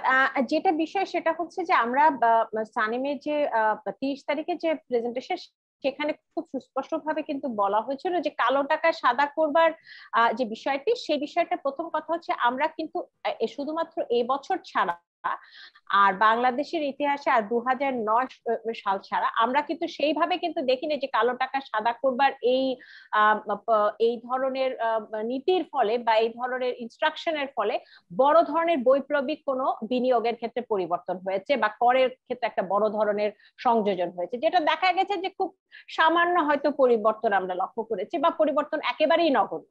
এখন বিষয়টা হচ্ছে যে আমাদের কিন্তু চিন্তা করতে হবে যে আর্থিক দিক দিয়ে বিবেচনা না করে আমাদের পুরো জিনিসটাকে চিন্তা করতে হবে যে আমরা যদি সার্বিক নীতি কাঠামোর দিকে বিবেচনা করি তখন কিন্তু যে বিষয়টা এই ধরনের প্রস্তাবনার মাধ্যমে এক ধরনের কিন্তু সৎ ব্যবসায়ী সৎ করদাতা তাদেরকে অনুৎসাহিত করা হয়। সুতরাং সানেমের পক্ষ থেকে আমরা বারবারই বলে আসছি যে এই ধরনের পরিকল্পনার মাধ্যমে বা এই ধরনের ইনস্ট্রাকশনের মাধ্যমে সৎ ব্যবসায়ীদেরকে সৎ করদাতা থেকে অনুৎসাহিত করাটা আমরা একেবারেই যুক্তিসঙ্গত মনে করি না। এবং আমার মনে হয় যে আমরা যে নীতিগত আলোচনা বা নীতিগত সমাজের কথা বলি সেটার সাথে একেবারে সাংঘর্ষিক। এবং সেক্ষেত্রে আরেকটা জিনিস বলার আছে, সেখানে হচ্ছে যে এই কালো টাকা সাদা করার বিষয়ে আমরা যখন বারবারই কথা বলছি তখন কিন্তু একটা বিষয় চলে আসে যে এই ধরনের সুযোগটা দেওয়ার ফলে অনেক সময় যেটা দেখা যায় তার মানে হচ্ছে যে যিনি কালো টাকা আছে যা সে কিন্তু 10% পেনাল্টি দিয়ে সে কিন্তু সাদা করতে পারছে। হ্যাঁ, সুতরাং তার কিন্তু কালো টাকা রাখার জন্য তাকে কিন্তু সেইভাবে সেই ধরনের বড় ধরনের কোনো শাস্তির সম্মুখীন হতে হচ্ছে না। সুতরাং সে সহজেই সাদা করে ফেলতে পারছে। আবার দেখা যাচ্ছে যে আমরা যেটা দেখেছি যে কালো টাকার উৎস যেগুলো বিভিন্ন দুর্নীতির বিষয়গুলো, বিভিন্ন ব্যাংক খাতের খেলাপি ঋণের বিষয়গুলো, সেই উৎসগুলোকে বন্ধ করবার জন্য কিন্তু কোনো চেষ্টার বদলে দেখা যাচ্ছে যে এই বিষয়টাকে অনেকটা ধরা যাচ্ছে যে এই বিষয়টা চলমান অবস্থায় আছে, এই ধরনের এক ধরনের একটা রিল্যাক্স এক ধরনের চিন্তা ভাবনা, সেটাকে আমার মনে হয় যে সেই বিষয়টা আমাদের চিন্তাধারার সাথে একেবারে সংঘর্ষিক। এবং যেটা গুরুত্বপূর্ণ সেটা হচ্ছে এইভাবে কর আহরণ না করে বরঞ্চ কর খাতের সংস্কারটা অসম্ভব জরুরি এবং সেটার মাধ্যমে সঠিক উপায়ে এবং সঠিক নিয়ম কানুন মেনে কিন্তু আসলে সৎ করদাতাদেরকে উৎসাহিত করবার মাধ্যমে আমরা পুরো বিষয়টাকে উৎসাহিত করতে পারি। আমি একটু জাস্ট ছোট করে যোগ করি যে মাননীয় অর্থমন্ত্রী এটা ঠিক যে গত বাজেটে যেভাবে এক ধরনের একটা ফ্রি লাইসেন্স দিয়েছিলেন কালো টাকা সাদা করার, আপনারা দেখেছেন সেটা সেই প্রভিশনটা রাখেননি এবং তার মানে হচ্ছে যে এই বছরের জুন মাসের 30 তারিখের মধ্যে হয়তো ওই প্রভিশন শেষ হয়ে যাচ্ছে। এটা হয়তো আমি সাধুবাদ জানাই, কারণ আমার কাছে মনে হয় যে এটা হয়তো যখন মাননীয় অর্থমন্ত্রী কিছুদিন আগে বললেন যে যতদিন কালো টাকা থাকবে ততদিনই সুবিধা থাকবে, তারপরে কিন্তু এক ধরনের ক্রিয়া প্রতিক্রিয়া হয়েছিল আমাদের সবার মধ্যে। আমি খুবই সাধুবাদ জানাই মাননীয় অর্থমন্ত্রী যদি সেই ক্রিয়া প্রতিক্রিয়াগুলি বিবেচনায় নিয়েই হয়তো এবারে বাজেটে ওই প্রভিশনটা রাখেননি। কিন্তু তারপর আপনারা জানেন যে ওই অপ্রদর্শিত অর্থ বা সকল অপ্রদর্শিত অর্থ বা কালো টাকা যেটাই বলুন না কেন, আমি ওই তর্কে আর যাচ্ছি না কোনটা কালো কোনটা অপ্রদর্শিত, কিন্তু যেটাই হোক সেই টাকা ওই সাদা করার কিন্তু এক ধরনের কিন্তু প্রচলিত আইনে কিন্তু একটা আছে যে অতিরিক্ত 10% দিয়ে করার। সেই জায়গাটা আমরা মনে করি যে সামগ্রিকভাবে ডক্টর বিদিশ যেটা বলেছেন যে আমাদের যে আমাদের যে কনস্টিটিউশন সংবিধান তার নীতির সাথে সাংঘর্ষিক। তো সেই জায়গাটা হয়তো বড় ধরনের চিন্তা করার ব্যাপার আছে। বাট আমি গ্ল্যাড যে গত বাজেটের যে একটা খুবই বলবো বিতর্কিত যে প্রভিশনটা ছিল, আশা করব যেটা প্রস্তাবিত উনি বলেননি, আশা করবো এটা কন্টিনিউ করবেন, রাখবেন না শেষ পর্যন্ত। নেক্সট কোশ্চেনটা নেই মিস্টার মানিক শিকদারের। এবং মানিক শিকদার অনেক ধন্যবাদ, আপনি জয়েন করেছেন। আনফরচুনেটলি আপনার সাথে ওভাবে কানেক্ট হচ্ছিল না, but thank you so much. Please. ধন্যবাদ। আমি যেহেতু বাজেট নিয়ে আলোচনা হচ্ছে এবং বাজেট সংক্রান্ত কিন্তু একটু ভিন্ন, আমার স্পেসিফিক দুটি প্রশ্ন, তিনটি প্রশ্ন। একটি হচ্ছে বাজেটে দেশে উৎপাদিত যে ইলেকট্রনিক পণ্যগুলো বা মানে বিভিন্ন ব্যবহৃত যে পণ্যগুলো, সেগুলো শুল্ক কমানোর একটা প্রস্তাব দেওয়া হয়েছে।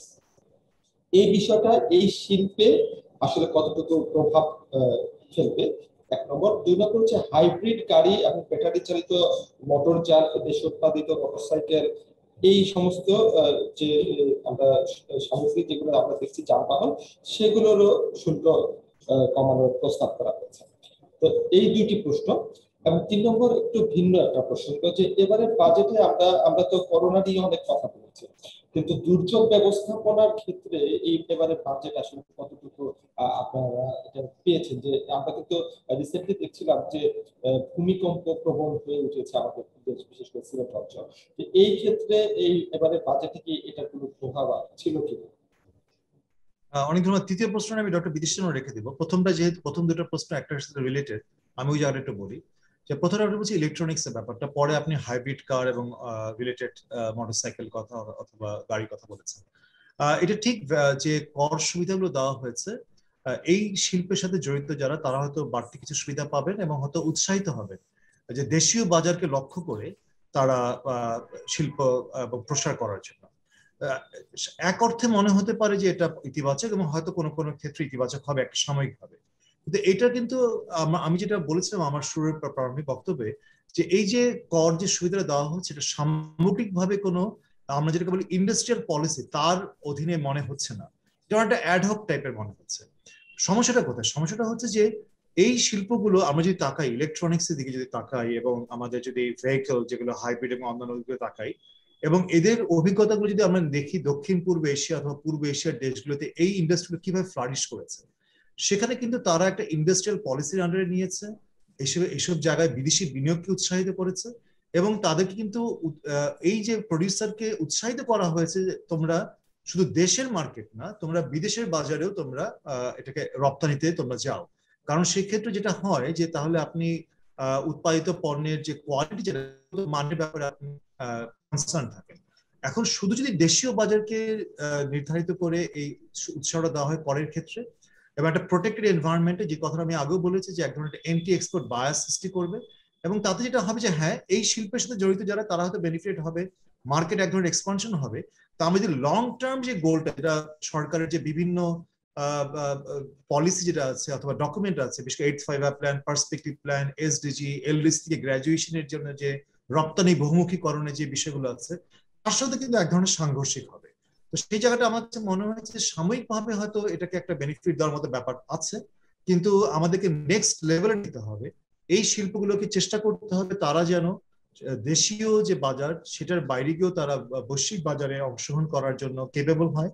এবং আরেকটা জিনিস খেয়াল করে দেখুন, এই যে বিনিয়োগের জন্য এদেরকে সুবিধা দেওয়া হচ্ছে, এদেরকে কি ট্যাগ করা হচ্ছে কোনো ইকোনমিক জোনের জন্য? আমরা জানি যে কিছুদিন আগ পর্যন্ত কিন্তু বলা হচ্ছিল যে দেশে যা বিনিয়োগ হবে সব বিনিয়োগ হতে হবে ইকোনমিক জোন ভিত্তিক, জোনের বাইরে বিনিয়োগের ক্ষেত্রে সেভাবে অনেক জায়গায় দেওয়া হবে না, পারমিশন দেওয়া হবে না। তার বড় কারণ হচ্ছে জমির স্বল্পতা এবং অন্যান্য বিষয়গুলো। আমরা কিন্তু ইকোনমিক জোনের সাথে এই বিনিয়োগ, এই করের সুবিধা, এগুলো কিন্তু কোনো সংযোগ কিন্তু পুরো বাজেটের মধ্যে দেখিনি। ইকোনমিক জোনের আলোচনা বাজেটে আছে, কিন্তু সেগুলো আছে একেবারে জাস্ট উল্লেখ করার মতো, উল্লেখ করার জন্য উল্লেখ করা হয়েছে, কিন্তু এটাকে কিন্তু পুরো বিনিয়োগ পরিস্থিতির সাথে তার সম্পর্ক কি, করের যে সুবিধাগুলো দেওয়া হচ্ছে তার সাথে সম্পর্ক কি, এমনকি কোন কোন ইকোনমিক জোন কয়টা, তার প্রোগ্রেসটা কি। যেমন আমরা দীর্ঘদিন ধরে সানামের পক্ষ থেকে গত কয়েক বছর ধরে দাবি করছিলাম যে প্রতি বাজেটে কি একটা প্রোগ্রেস রিপোর্ট দেওয়া যায় না, যে আমাদের কটা ইকোনমিক জোন তারা কোন অবস্থায় আছে, কি ধরনের প্রোগ্রেস হয়েছে। আমরা যখন এই দেশীয় শিল্পের প্রসারের কথা বলি, অবশ্যই তার সাথে কিন্তু ইকোনমিক জোনগুলোর সাথে তার সম্পর্ক এবং কর সুবিধাগুলোকে সামগ্রিকভাবে দেশের শিল্প নীতির সাথে মিলিয়ে করতে হবে। একই সাথে হাইব্রিড কারের সাথেও এবং অন্যান্য বিষয়গুলোর সাথে আমি হয়তো এভাবে রিলেট করবো। এগুলোর সাথে বিদেশি বিনিয়োগ যদি আমরা আনতে না পারি, কারণ এখানে একটা টেকনোলজির ট্রান্সফার ব্যাপার আছে, এবং সেক্ষেত্রে যে অ্যাডভান্স টেকনোলজি গুলো এখানে আছে এগুলোকে যদি আমরা আনতে না পারি এবং right kind of advance technology আনতে না পারি, তাহলে কিন্তু আমরা এমন একটা খুব প্রোটেক্টেড এনভায়রনমেন্টে, প্রোটেক্টেড মার্কেটে আমাদের কনজিউমাররা বেশি দামে কিনতে বাধ্য হবে, এবং সেটা কিন্তু আলটিমেটলি কনজিউমারের লুজার হবে। ডক্টর বিদিশা যদি ডিজাস্টার জায়গাটা একটু বলেন। যে দুর্যোগ ব্যবস্থাপনার ক্ষেত্রে আসলে মূলত আমি যেটা মনে করি সেটা হচ্ছে তিনটি দিক বিবেচনা করে বরাদ্দ এবং নীতি থাকা দরকার। একটা হচ্ছে যে দুর্যোগটা যাতে না হয়, অর্থাৎ প্রিভেন্টিভ কিছু মেজার। দ্বিতীয় হচ্ছে দুর্যোগটা হয়ে পড়ার পর তাৎক্ষণিকভাবে কি ধরনের পরিকল্পনা, কি ধরনের বরাদ্দ বা কি ধরনের স্টেপ না হবে সেটি একটি বিষয়, অর্থাৎ একেবারে স্বল্প মেয়াদে তাৎক্ষণিকভাবে। তৃতীয় হচ্ছে যে সেটি হচ্ছে যে দুর্যোগ থেকে যারা ক্ষতিগ্রস্ত হয়েছে তাদেরকে ঘুরে দাঁড়াবার জন্য কিছু পদ্ধতি নেওয়া, কিছু সাপোর্ট দেওয়া। এখন আমাদের দুর্যোগ ব্যবস্থাপনায় বা দুর্যোগ ব্যবস্থাপনার বরাদ্দগুলো যদি আমরা দেখি, তাহলে সবসময় দেখতে পাচ্ছি ওই যে দ্বিতীয়টার উপরে কিন্তু জোরটা সবচেয়ে দেওয়া হয়, অর্থাৎ তাৎক্ষণিক সমস্যাগুলো সমাধান করার ব্যাপারে। তবে আমি তারপরও সাধুবাদ জানাবো যে আমাদের দেশে কিন্তু আমরা যদি ঐতিহাসিক ভাবে দেখি, আমরা কিন্তু এখন কিন্তু দুর্যোগ ব্যবস্থাপনায় সামগ্রিকভাবে দুর্যোগ ব্যবস্থাপনার ক্ষেত্রে আমরা কিন্তু ভালো ধরনের একটা অগ্রগতি করেছি। একটা সময় কিন্তু আমাদেরকে একেবারে বন্যার দেশ হিসেবে চিহ্নিত করা হতো, সেখান থেকে কিন্তু সরকারের প্রচেষ্টার পাশাপাশি মানুষের প্রচেষ্টায় মানুষ কিন্তু আসলে কিভাবে ঘুরে দাঁড়াতে হবে সেই জিনিসটা শিখেছে। কিন্তু আমি যেটা বলবো সেটা হচ্ছে যে আমাদের ওই প্রথম এবং তৃতীয় যে বিষয়টা, বিশেষ করে আমি তৃতীয় বিষয়টা বলবো, যে দুর্যোগের ফলে একটা জায়গা, যেমন নদী ভাঙনের কথা যদি আমরা বলি, সেই ধরনের দুর্যোগের ক্ষেত্রে যেগুলো খুব সাইলেন্ট ডিজাস্টার, সেগুলো থেকে সেগুলোর মানুষগুলোকে পুনর্বাসন, কর্মসংস্থান তৈরি, সেগুলোর বিষয়ে কিন্তু দীর্ঘমেয়াদী কোনো পরিকল্পনা থাকে না, এবং বাজেটগুলোতেও কিন্তু এক্ষেত্রে কিন্তু বড় ধরনের কোনো বরাদ্দ থাকে না, যেটা থাকে খুব অ্যাডহক বেসিসে বরাদ্দ। সুতরাং এটা আমি একটা বলবো। আরেকটা যেটা বলবো, আপনি আমার মনে হয় যে কারণে এই প্রশ্নটা করেছেন সেটা হচ্ছে যে আমাদের দুর্যোগ ব্যবস্থাপনাগুলো খুবই গতানুগতিক যে দুর্যোগগুলো, যেগুলো অবশ্যই খুব গুরুত্বপূর্ণ আমাদের দেশের মানুষের জন্য, গ্রামীণ মানুষের জন্য, সেগুলো নিয়ে আমি চিন্তা করি, আমরা কিন্তু কথা বলি, অর্থাৎ বন্যার বিষয়টি বা ভূমিকম্প, জলোচ্ছ্বাসের বিষয়টি। কিন্তু নতুন নতুন যে দুর্যোগের মুখোমুখি আমরা বারবার হচ্ছে, অর্থাৎ ভূমিকম্পের মতো দুর্যোগ, হ্যাঁ, আগুন লেগে যাওয়ার মতো বিষয়গুলো, সেগুলোর ব্যবস্থাপনার ক্ষেত্রে আমরা কিন্তু বরাদ্দ বা নীতি সহায়তা কোনো ক্ষেত্রেই কিন্তু বড় ধরনের পরিবর্তন লক্ষ্য করছি না। আরেকটা বিষয় যেটা, সেটা হচ্ছে এক্ষেত্রে কিন্তু দক্ষ প্রশিক্ষকের দরকার আছে, দক্ষ কর্মীর দরকার আছে। আমাদের ফায়ার সার্ভিস ডিভিশন, এই কথাটা আমি এই সুযোগে একটু বলতে চাই, আমার মনে হয় যে একটা অসম্ভব রকমের কর্মতৎপর এবং অসম্ভব ধরনের দক্ষ একটি প্রশিক্ষক, একটি বাহিনী। তো তাদেরকে তাদের কর্মদক্ষতা বাড়া।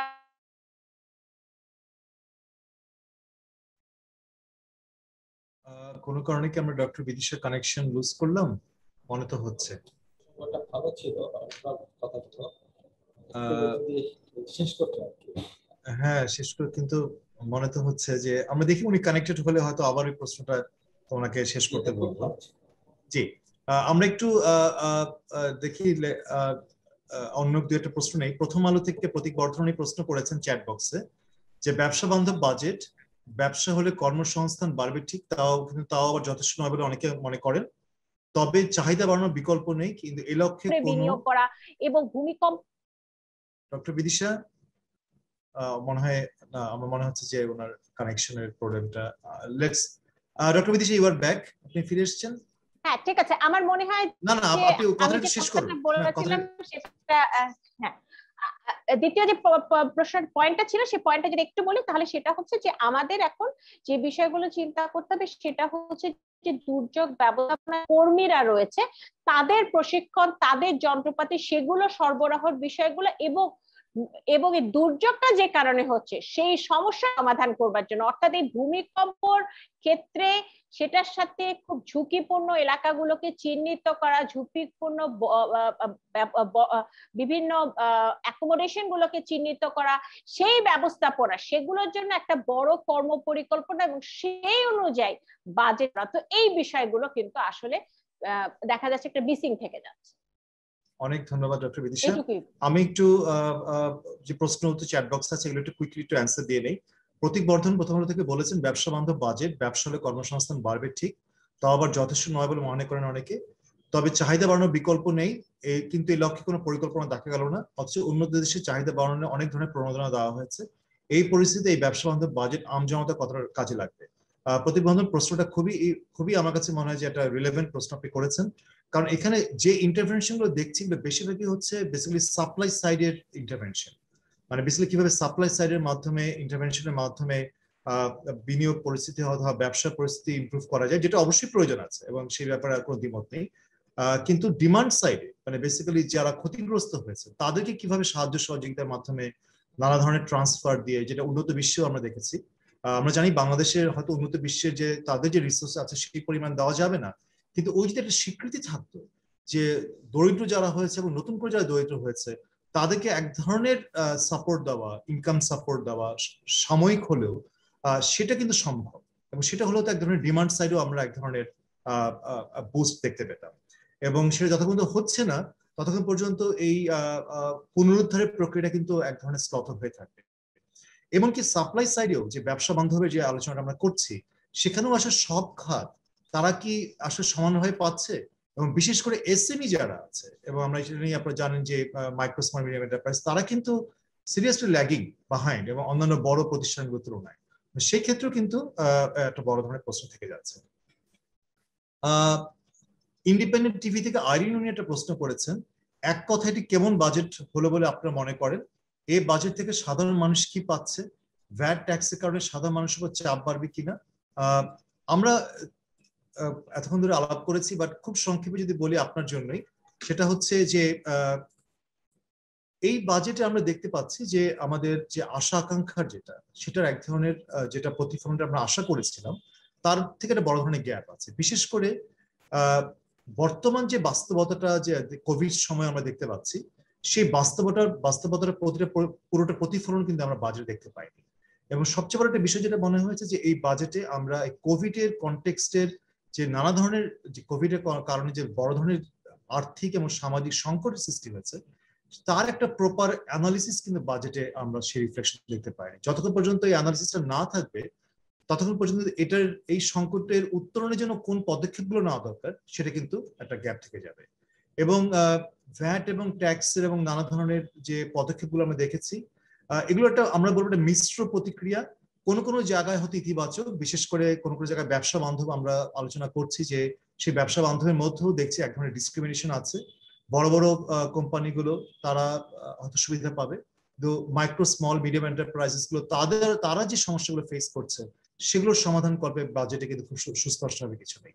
এবং সামগ্রিকভাবে এই যারা নিম্ন আয়ের মানুষ, যারা পুরনো দরিদ্র এবং নতুন করে যারা দরিদ্র হয়েছে, তাদের এই করোনাকালীন সময়ে তাদের সংকটের থেকে উত্তরণের কিভাবে হবে, এবং তারা শ্রম বাজারে যে সংকট তারা আছেন সেই সংকট থেকে তারা কিভাবে উত্তরণ হবে সেই ব্যাপারে কিন্তু সুনির্দিষ্ট কোনো ধরনের আলোচনা অথবা দিক নির্দেশনা আমরা বাজেটে পাই। আমরা যদি এবার পরের প্রশ্নে যাই, সেটা হচ্ছে জিনিয়া সুলতানা। তার আগে আমি একটু বিজনেস স্ট্যান্ডার্ড থেকে নয়নের প্রশ্ন, মিস্টার নয়ন তার প্রশ্নটা একটু নিয়ে নিই। জি, আসসালামু আলাইকুম। আমি আব্বাস নয়ন, বিজনেস স্ট্যান্ডার্ডে কাজ করি। তো আপনি শুরুতেই বলছিলেন যে আমাদের বাজেটের স্লোগানটা বেশ দারুণ, জীবন ও জীবিকার বাজেট। তো জীবন ও জীবিকার জন্য যা দরকার বাজেটে আসলে আপনি উল্লেখ করেছিলেন, এবং অর্থমন্ত্রীর বাজেট বক্তৃতা আমরা দেখেছি যে আসলে সামাজিক সুরক্ষা, নতুন দারিদ্র বৃদ্ধি, যারা আসছে তাদের জন্য কিছু বরাদ্দ দেয়া, আবার কর্মসংস্থানের সৃষ্টি করা, প্রচুর লোক জবলেস হয়েছে, এর মধ্যে অনেক মানুষের বেতন কমে গেছে এর মধ্যে। তো এসব ক্ষেত্রে আসলে জীবন জীবিকার জন্য তো আসলে এসবই দরকার। এর পাশাপাশি আরেকটা জিনিস দরকার, সেটা হলো দ্রব্য মূল্য স্বাভাবিক রাখা, মানুষ ভোক্তা পর্যায়ে মানুষের জিনিসপত্র স্বাভাবিক রেখে যারা দারিদ্র হয়েছে বা যাদের চাকরি চলে গেছে, যাদের বেতন কমে গেছে, তাদের কে মানে সহজলভ্য প্রোডাক্ট হাতে তুলে দেয়া, জিনিসপত্রের দাম কমিয়ে দেয়া, এগুলো হইলো আমার কাছে মনে হচ্ছে খোলা দৃষ্টিতে জীবন ও জীবিকার জন্য মেজারমেন্ট। তো আমরা যদি বাজেটটা খোলা চোখে পর্যালোচনা করি তাহলে বাজেটে তো এইসব ক্ষেত্রে তো বরাদ্দ নেই, একদমই নেই। সরকার মেগা প্রজেক্ট, বড় প্রকল্পের বাজেট বরাবরের মতো বরাদ্দ বাড়িয়েছে। পাশাপাশি ট্যাক্সে যে ছাড়টা দিয়েছে, ট্যাক্সে ছাড় দিয়েছে ইনকাম ট্যাক্সে। ইনকাম ট্যাক্সে মানে হলো কোম্পানি ট্যাক্সে। তো সরকার, আমাদের সরকার যে রেভিনিউ কালেকশন করে এর মধ্যে অ্যারাউন্ড 30% ইনকাম ট্যাক্স থেকে আসে, বাকি 70% আসে হইলো সরাসরি ভোক্তার কাছ থেকে, যেটা হলো ইনডাইরেক্ট ট্যাক্স, যেটা হলো একজন রিক্সাওয়ালা দেয়, যেটা হলো একজন রিক্সাওয়ালা যে পরিমাণ দেয়, আমাদের দেশের টপ বিজনেসম্যান একই পরিমাণ দেয়। এফবিসির প্রেসিডেন্ট যে পরিমাণ একটা সাবান কিনতে গেলে যে ট্যাক্স দেন, একজন রিক্সাওয়ালা একটা সাবান কিনতে গেলে একই পরিমাণ ট্যাক্স দেন। তো 70% সরকারের রেভিনিউ আসে সেখান থেকে। আমরা বাজেটের কোথাও এই 70% ট্যাক্সের কোনো জায়গায় কোনো ছাড়ের দৃষ্টান্ত আমরা দেখিনি। শুধুমাত্র ইনকাম ট্যাক্সে ছাড় দেওয়া হয়েছে কোম্পানিগুলোকে। তো শুধুমাত্র কোম্পানিগুলোকে ছাড় দিয়ে সেখানে কিভাবে আপনি এটাকে জীবন জীবিকার বাজেট বলবেন, কোনো বরাদ্দ না রেখে এবং হলো ইনডাইরেক্ট ট্যাক্সে ছাড় না দিয়ে? Thank you. অনেক ধন্যবাদ মিস্টার নূর। আমি একটু ডক্টর বিদিশাকে রিকোয়েস্ট করছি এই ব্যাপারটা, এই প্রশ্নটা যদি উত্তর দিন। আমার মনে হয় যে আপনি যেটা বলছেন সেটার সাথে আমরা মোটামুটি ভাবে একমত। সেই বিষয়টা হচ্ছে সেটা হচ্ছে যে আমার মনে হয় বারবারই বলে এসছে এবং আজকেও আমরা বলছি, সেটা হচ্ছে যেটা জরুরি সেটা হচ্ছে যে যারা কর দিচ্ছেন তাদের উপর নতুন করে কর না বাড়িয়ে, বরঞ্চ যারা কর দিচ্ছে না বা যে যে খাতে বা যে যে উপায় তারা কর ফাঁকি দিচ্ছে সেই উপায়গুলোকে, সেই ট্রানজাকশন গুলোকে করের আওতায় আনা, অর্থাৎ করের জালটাকে বিস্তৃত করা। এবং সেটার জন্য একজন যদি অর্থবান ব্যক্তি তিনি যদি বিভিন্ন ভাবে কর ফাঁকে দেন, তখন তার সেই কর ফাঁকিগুলো ধরবার জন্য যে বিষয়টা জরুরি, একটা জিনিস আমরা যেমন লক্ষ্য করেছি যে 2 লাখ টাকার উপরে সঞ্চয়পত্রের ক্ষেত্রে একটা টিন সার্টিফিকেট বাধ্যতামূলক। এইভাবে জিনিসগুলোকে আমার মনে হয় করাটা দরকার এবং সেই জিনিসটার ক্ষেত্রে একটা বড় ধরনের, আপনি যেটা বলছেন সেটার জন্য একটা বড় ধরনের সংস্কারের দরকার রয়েছে। এবং সেই সংস্কারটার ক্ষেত্রে যে বিষয়টা জরুরি সেটা হচ্ছে একেবারে প্রত্যক্ষ করের মাধ্যমে, যেটাকে আমরা বলি প্রোগ্রেসিভ ইনকাম ট্যাক্সেশন, সেটার মাধ্যমে আসলে কর কাঠামোটার একটা পরিবর্তন আনা যাবে, সেটা হচ্ছে মূল বিষয়। এছাড়া আরো কিছু কিছু ছোট ছোট বিষয় আছে, যেমন আমরা দেখেছি যে কথাটার কথা আমরা বলি মাঝে মাঝে, সেটা হচ্ছে যে প্রোগ্রেসিভ করের ক্ষেত্রে একটা বিষয় হতে পারে, সেটা হচ্ছে সম্পদ কর। সম্পদ করের 7টা স্ল্যাব থেকে 5টা স্ল্যাব করা হয়েছে, কিছু অব্যাহতি দেওয়া হয়েছে, বলা হয়েছে যে এটার মাধ্যমে কিছুটা পুরো ব্যবস্থাপনাকে সহজ করা হয়েছে। কিন্তু আমরা এই সম্পদ কর বা এই করগুলোর ক্ষেত্রে বড় ধরনের, এই ধরনের করের ক্ষেত্রে বড় ধরনের সংস্কারের মাধ্যমে কিন্তু আমরা আসলে ধনী ব্যক্তি যারা রয়েছেন, যারা আসলে কোটিপতি বা এই ধরনের অবস্থায় যারা রয়েছে, তাদেরকে কিন্তু আমরা এই করের আওতায় আনতে পারি। সুতরাং এই বিষয়গুলোকে কেন্দ্র করে, অর্থাৎ আয়করের জালটা বাড়ানো এবং সম্পদ করের ক্ষেত্রে যথেষ্ট সংস্কার করা, যেটার ক্ষেত্রে আমরা যেটা মনে করি যে বিষয়টা থেকে এখনো আমরা সম্পদ করটাকে সেইভাবে কিন্তু ডেভেলপ করতে পারিনি। এই দুটোর মাধ্যমে যেটা করা যেতে পারে সেটা হচ্ছে আমরা যে প্রোগ্রেসিভ ইনকাম ট্যাক্সেশন, অর্থাৎ যেটার মাধ্যমে বৈষম্য কমা যেতে পারে, সেই বিষয়টা করতে পারি। যখনই আমরা মূসকের ক্ষেত্রে কোনো পরিবর্তন করি, সেই মূসকের ক্ষেত্রের পরিবর্তনটা অনেক ক্ষেত্রে, সব ক্ষেত্রে না, অনেক ক্ষেত্রেই যেটা দেখা যায় সেটা কিন্তু যারা ভোক্তা পর্যায়ে চলে যায়, সেই ভোক্তা পর্যায়ে যেটা আপনি বললেন সেটা হচ্ছে তখন আমাদের যে জিনিসটা জরুরি, যে জিনিসটা চেষ্টা করা, সেটা হচ্ছে বিলাস দ্রব্য এবং নিত্য প্রয়োজনীয় দ্রব্য, এই দুটোর মধ্যে একটা পার্থক্য করা।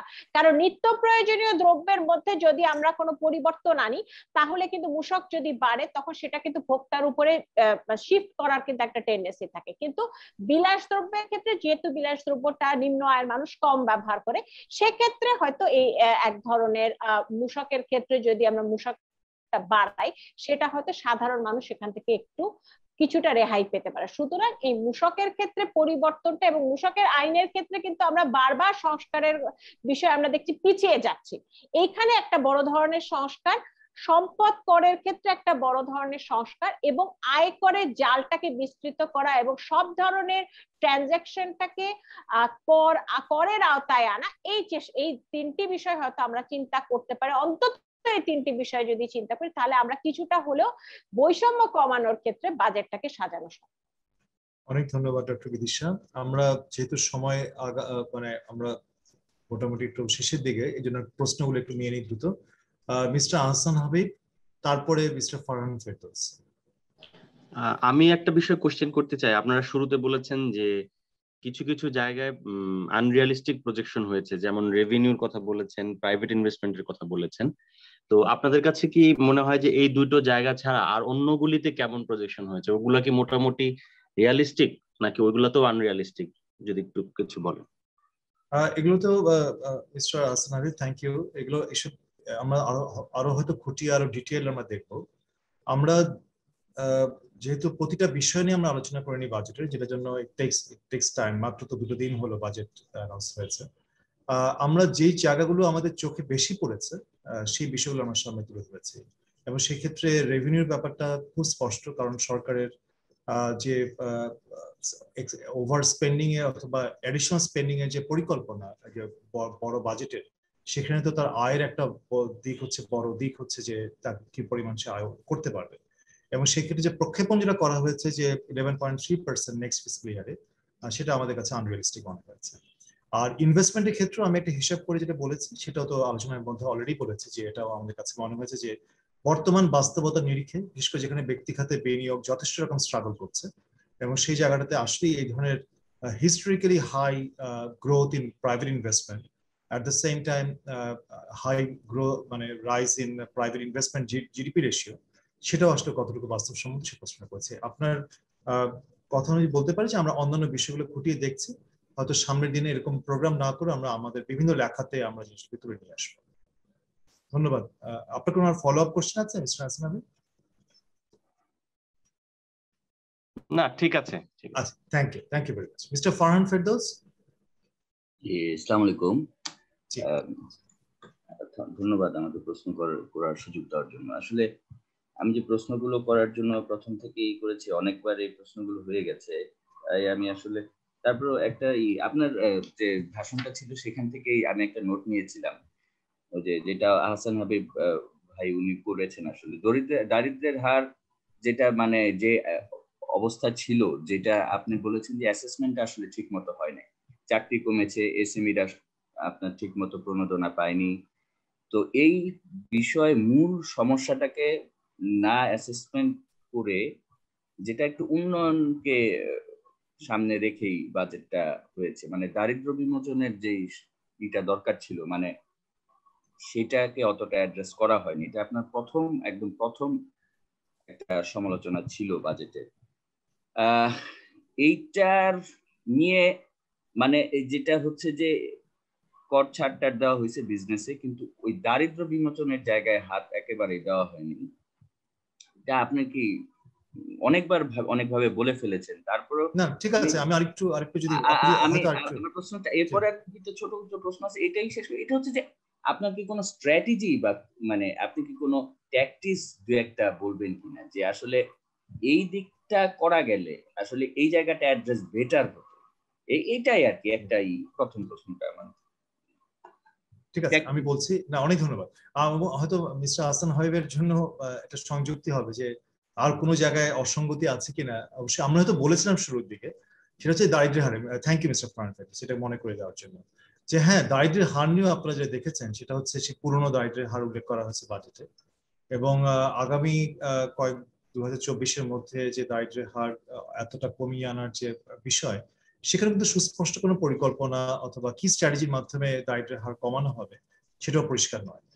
এই জায়গাতে আপনি যদি বলেন যে আসলে দারিদ্র্যর বর্তমান যে সমস্যা, সেই সমস্যাতে কিভাবে কোন স্ট্র্যাটেজি আসা উচিত, একটা তো হচ্ছে সরকারের সামগ্রিকভাবে দারিদ্র্য বিমোচনের পরিকল্পনা। সেটা তো হচ্ছে নর্মাল ইয়ারে, স্বাভাবিক বছরগুলোতে যেখানে এই ধরনের সংকট থাকে না, সেখানে সরকারের হয়তো প্রথম টার্গেটই থাকে যে প্রবৃদ্ধি এবং কর্মসংস্থান এবং অন্যান্য যে পরিকল্পনা যেগুলো থাকে তার মাধ্যমে দারিদ্র্য বিমোচন, সেটা একটা থাকে, এবং সামাজিক সুরক্ষা কর্মসূচির মাধ্যমে সেটা একটা টুলস। আপনারা যদি সরকারের বিভিন্ন পরিকল্পনা এমনকি টেকসই উন্নয়ন লক্ষ্যমাত্রার দিকগুলো যদি তাকান, তাহলে দেখবেন এগুলোকেও বড় টুলস হিসেবে চিন্তা করা হয়েছে। তো আমাদের খেয়াল রাখতে হবে যে 50 বছরের ইতিহাসে বাংলাদেশের এত অল্প সময়ের মধ্যে এত বড় ধরনের একটা দারিদ্র্যের ধাক্কা এটা কিন্তু কখনোই হয়নি। এবং ডেইলি স্টার এবং অন্যান্য সবাই, আমরাও বিভিন্ন গবেষণা দেখিয়েছি যে গত 30 বছরের যে মানে আমাদের দারিদ্র্য বিমোচনের ইতিহাস, সেটা কিন্তু কয়েক মাসের করোনা ধাক্কাতেই একদম টলমল হয়ে গেছে।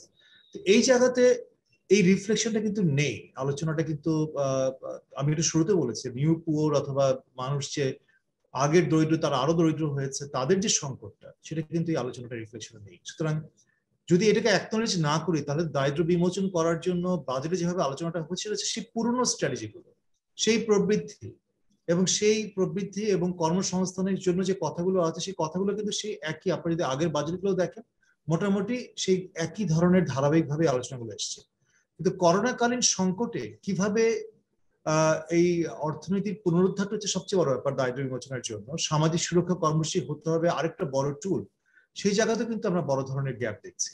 এবং আমরা এই সংকটটাতে আমাদের একটা উত্তরণ হতে হবে, আমাদের একটা ট্র্যাকে ফিরে আসতে হবে, তারপরে হয়তো আমরা স্বাভাবিক বছরগুলোতে যেভাবে চিন্তা করি সেভাবে স্ট্র্যাটেজি নিয়ে সেটা করা যেতে পারে।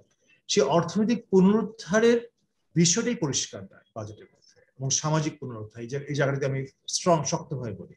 এবং আরেকটা জিনিস যেটা বলি সেটা হচ্ছে যে একদিকে যেমন সামাজিক সুরক্ষা কর্মসূচিতে অ্যালোকেশন বাড়ানো হয়েছে, কিন্তু সেই অ্যালোকেশন কিন্তু একদমই যথেষ্ট না। এবং বিশেষ করে এখানে নতুন করে যারা দরিদ্র হয়েছে তাদের তো কোনো তালিকা নেই, যেটা আমরা বলছি, বারবারই বলছি, তাদের কাছে কিভাবে পৌঁছানো যাবে। এবং পুরো সামাজিক সুরক্ষা কর্মসূচিটার ডিস্ট্রিবিউশনটা হচ্ছে একদম প্রশাসন নির্ভর, এবং প্রশাসন নির্ভর তাতে কিন্তু এই যে গ্রাউন্ড ভ্যালিডিটা কি, ত্রুটিপূর্ণ তালিকা কিভাবে সংশোধন হবে, এখানে জনপ্রতিনিধি থেকে শুরু করে অন্যান্য স্টেক হোল্ডার যারা আছে, এনজিও, ভলান্টিয়ার অর্গানাইজেশন, তাদের কিভাবে ইনভলভ করা, সামগ্রিকভাবে একটা চেক অ্যান্ড ব্যালেন্স কিভাবে ইন্ট্রোডিউস করা, করাপশন কিভাবে, অনিয়ম কিভাবে দূর করা, কোন পদ্ধতিতে এগুলোকে অ্যাড্রেস করা হচ্ছে, তা এইসব ব্যাপারে একদমই নিশ্চুপ এই বাজেট আলোচনা। সুতরাং আমরা কিভাবে তাহলে আশা করব যে এই সংকট থেকে উত্তরণ আমরা দ্রুত পেতে পারবো। এই দারিদ্র বিমোচনের আরেকটা বড় দিক হচ্ছে, আপনি জিনিস খেয়াল করে দেখুন, আমাদের শ্রমবাজারে প্রায় 85% বেশি হচ্ছে অনানুষ্ঠানিক খাত, এবং এই অনানুষ্ঠানিক খাতের একটা বিশাল অংশ হচ্ছে মাইক্রো, স্মল এবং মিডিয়াম এন্টারপ্রাইজে তারা নিয়োজিত, যেখানে এই মাইক্রো, স্মল এবং মিডিয়াম এন্টারপ্রাইজরা তারাই হচ্ছে সবচেয়ে বেশি ক্ষতিগ্রস্ত এই করোনার সময়। তাদের জন্য আসলে পুনরুদ্ধারটা কিভাবে আছে, বাজেটে কয়েক জায়গায় এই এসএমই নিয়ে উল্লেখ আছে, তো এগুলো অনেকটাই হচ্ছে যেগুলো আমরা আগের বাজেটগুলোতে দেখেছি। সুতরাং এই জায়গাটা আমার কাছে মনে হচ্ছে বারবার হয়তো আমরা রিপিট করছি, কিন্তু এটা হচ্ছে যে কনটেক্সটটাকে, রিয়েলিটিটাকে প্রপারলি অ্যাড্রেস করা হয়নি, এবং যেহেতু অ্যাড্রেস করা হয়নি, যে রেমেডিয়াল মেজার্স গুলো বলা হয়েছে সেগুলো আসলে বর্তমান বাস্তবতার সাথে সঙ্গতিপূর্ণ না, অনেক গ্যাপ রয়েছে। এবং সেই জায়গাতে আমাদের এক্সারসাইজটা কি করা উচিত ছিল, এক্সারসাইজটা প্রথমে হচ্ছে একটা প্রপার অ্যাসেসমেন্ট, গিভেন দ্য যে যতটুকু ডেটা এবং ইনফরমেশন অ্যাভেলেবল করা আছে তার উপরে বেস করে প্রপার অ্যাসেসমেন্ট।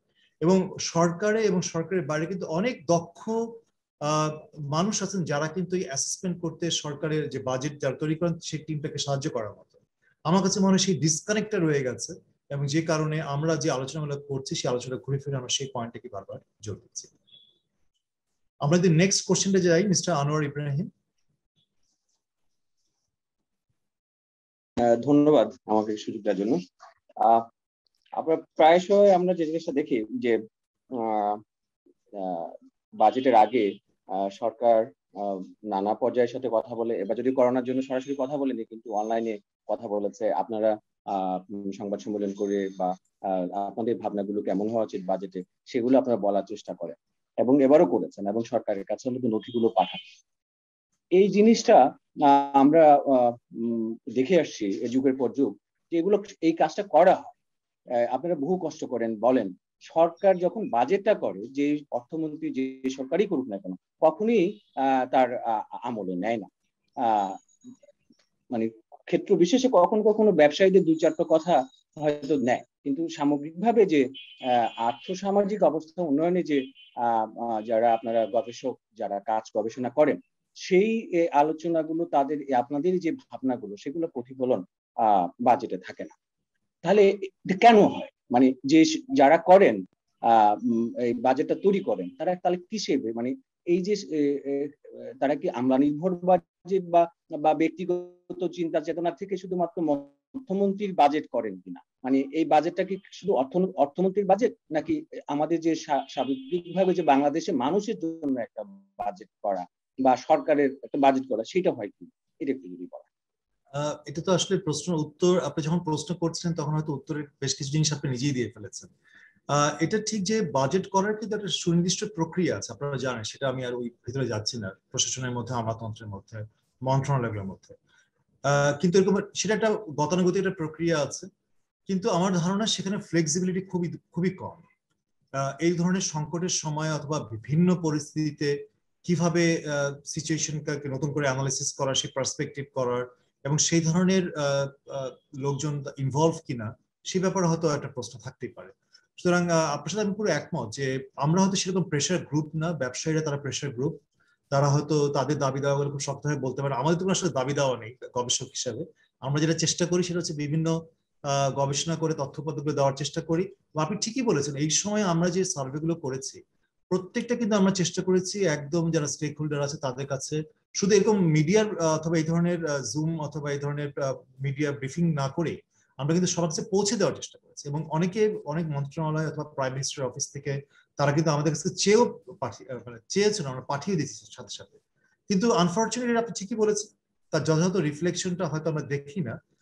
হয়তো সেটা সেই জায়গায় আমি হয়তো দায়ী করবো যে প্রক্রিয়াটা আছে বাজেট প্রণয়নে সেটা একেবারেই রিজিড, সেটা ফ্লেক্সিবল না, এবং এই ধরনের ভিন্ন ধারণাগুলো অথবা মতামতগুলোকে অ্যাবজর্ভ করার মতো সেই মন মানসিকতা বা ক্যাপাসিটিটা নেই। ওকে, আমরা কি আর কোনো প্রশ্ন পাচ্ছি? শোয়েব? স্যার নিপু আর একবার হাত তুলেছেন স্যার। ও আচ্ছা, মিস্টার নিপু, জি বলুন।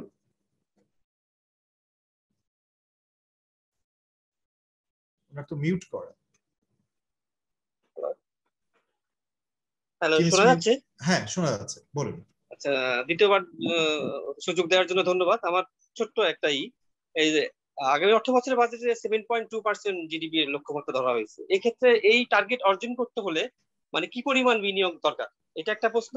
আর আমরা জানি কোভিড এর কারণে প্রচুর লোক চাকরি হারিয়েছে, কর্মসংস্থান হারিয়েছে, কিন্তু বাজেটে বলা হয়েছে যে এই গত বছরে 10 লাখ লোক আইটি খাতে কর্মসংস্থান দেওয়া হয়েছে এবং আগামী বছরেও 10 লাখ লোক মানে নতুন করে চাকরি পাবে।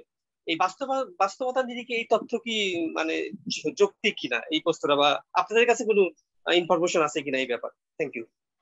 ধন্যবাদ। দ্বিতীয় প্রশ্নটা দিয়ে শুরু করি, কারণ প্রথমটা হয়তো আমি আগে বলেছি, তারপরে হয়তো আসবো। দ্বিতীয়টা হচ্ছে যে এই যে আইটি খাতে এত লক্ষ মানুষের কাজের কথা বলা হচ্ছে, আমরা আইটি যে বেসিস যা প্রেসিডেন্ট উনি একটা প্রোগ্রামে রিসেন্টলি এসেছিলেন, আমাদের একটা প্রোগ্রামে, এবং সেখানেও কিন্তু বলেছেন যে আসলে আমাদের প্রোগ্রাম অথবা আমরা অ্যাসোসিয়েটেড ছিলাম সেই প্রোগ্রামে, সেখানে উনি বলেছেন যে আইটি সেক্টর যথেষ্ট রকম স্ট্রাগল করেছে এই সময়। কোন আইটি সেক্টর তারা হয়তো বিভিন্ন ধরনের কিছু কিছু ভাবে তাদের সুবিধা হয়েছে, বাট বেশিরভাগ ক্ষেত্রে তারা কিন্তু স্ট্রাগল করেছে।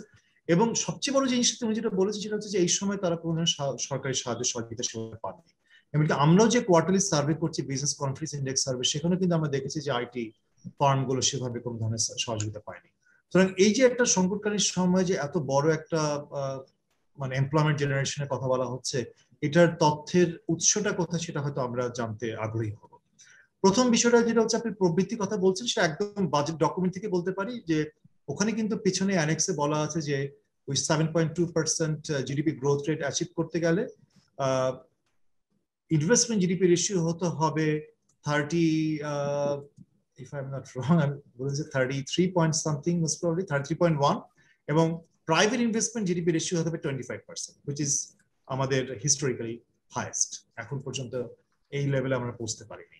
সুতরাং এটা হয়তো প্রশ্ন আসবেই যে ব্যক্তি খাতের এত বড় বিনিয়োগ এই করোনাকালীন সময় সম্ভব কিনা, আমরা যে গতি প্রকৃতি যা দেখছি, এবং সামগ্রিক বিনিয়োগও আমরা অ্যাচিভ করতে পারবো কিনা।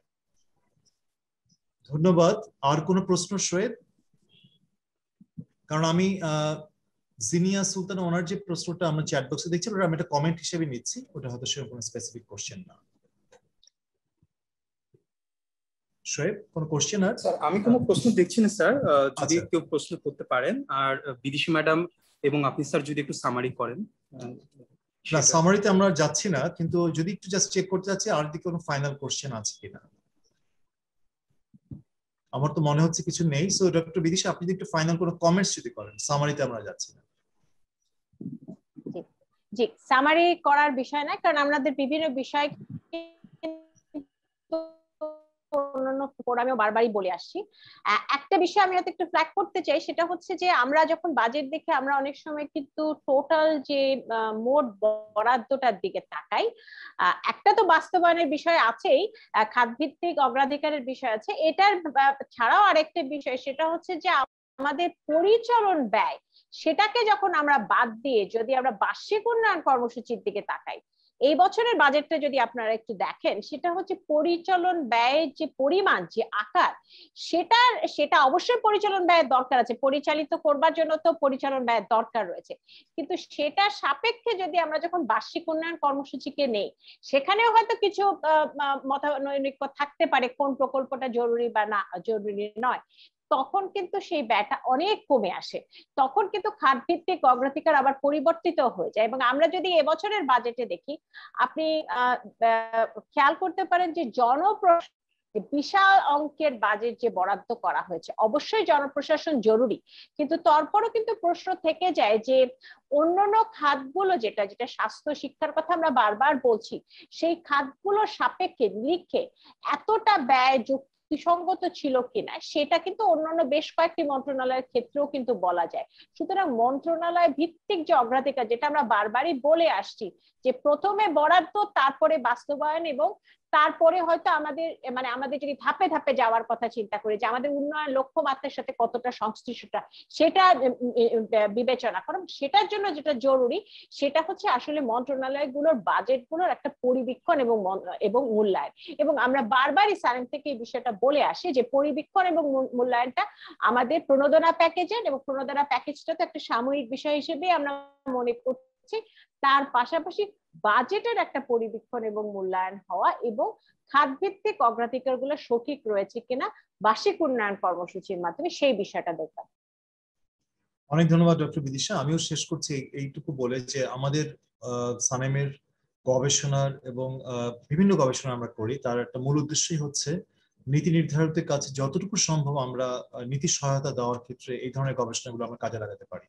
সানেমের পক্ষ থেকে আমরা যে গত 1 বছরের বেশি সময় ধরে নানা ধরনের স্টাডি করেছি, সার্ভে করেছি, আমরা গ্রাউন্ড রিয়েলিটিকে বোঝার চেষ্টা করেছি, সেগুলো কিন্তু আমরা তুলে ধরার চেষ্টা করেছি বিভিন্ন সময়। এবং আমরাও চেয়েছি যে আজকে যে বাজেট আলোচনা হলো, আমরা বাজেটের আগে আলোচনা করেছি এবং সামনের দিনগুলোতে করব, আমাদের সামনেও বেশ কয়েকটা প্রোগ্রাম আছে, আরো স্পেসিফিক কিছু বিষয় নিয়ে আলোচনা করবো আমরা, সেখানে কিন্তু আমরা ওই গবেষণাগুলোর সাথে রিলেট করে আমরা কথাগুলো বলবো। আমাদের উদ্দেশ্য কিন্তু কোনোভাবেই নয় যে সরকারের যে বিভিন্ন এফোর্ট গুলোকে আন্ডারমাইন করে, আমরা অ্যাপ্রিসিয়েট করি যে তাদের আন্তরিকতা নিয়ে আমাদের প্রশ্ন নেই। আমরা মনে করি যে তারা যদি এই গবেষণাগুলো এবং এই ফাইন্ডিংস গুলো আমরা শুধু নয়, এবং অন্যান্য গবেষণা প্রতিষ্ঠানগুলো তারা যেগুলো করছেন সেগুলো আমলে নেন, এবং আমাদের সাথে আরো যদি একটু এনগেজড হন, যে এনগেজমেন্টের কথা একজন পার্টিসিপেন্ট বললেন, তাহলে কিন্তু নীতি নির্ধারণের ক্ষেত্রে হয়তো আরো কিছু বেটার চিত্র আমরা দেখতে পাবো। সবাইকে আমি অসংখ্য ধন্যবাদ দিচ্ছি আজকের অনুষ্ঠানে সংযুক্ত থাকার জন্য, এবং সানেমের ভবিষ্যতের প্রোগ্রামে সংযুক্ত হওয়ার আমন্ত্রণ জানিয়ে আজকের অনুষ্ঠান শেষ করছি। সবাই ভালো থাকবেন।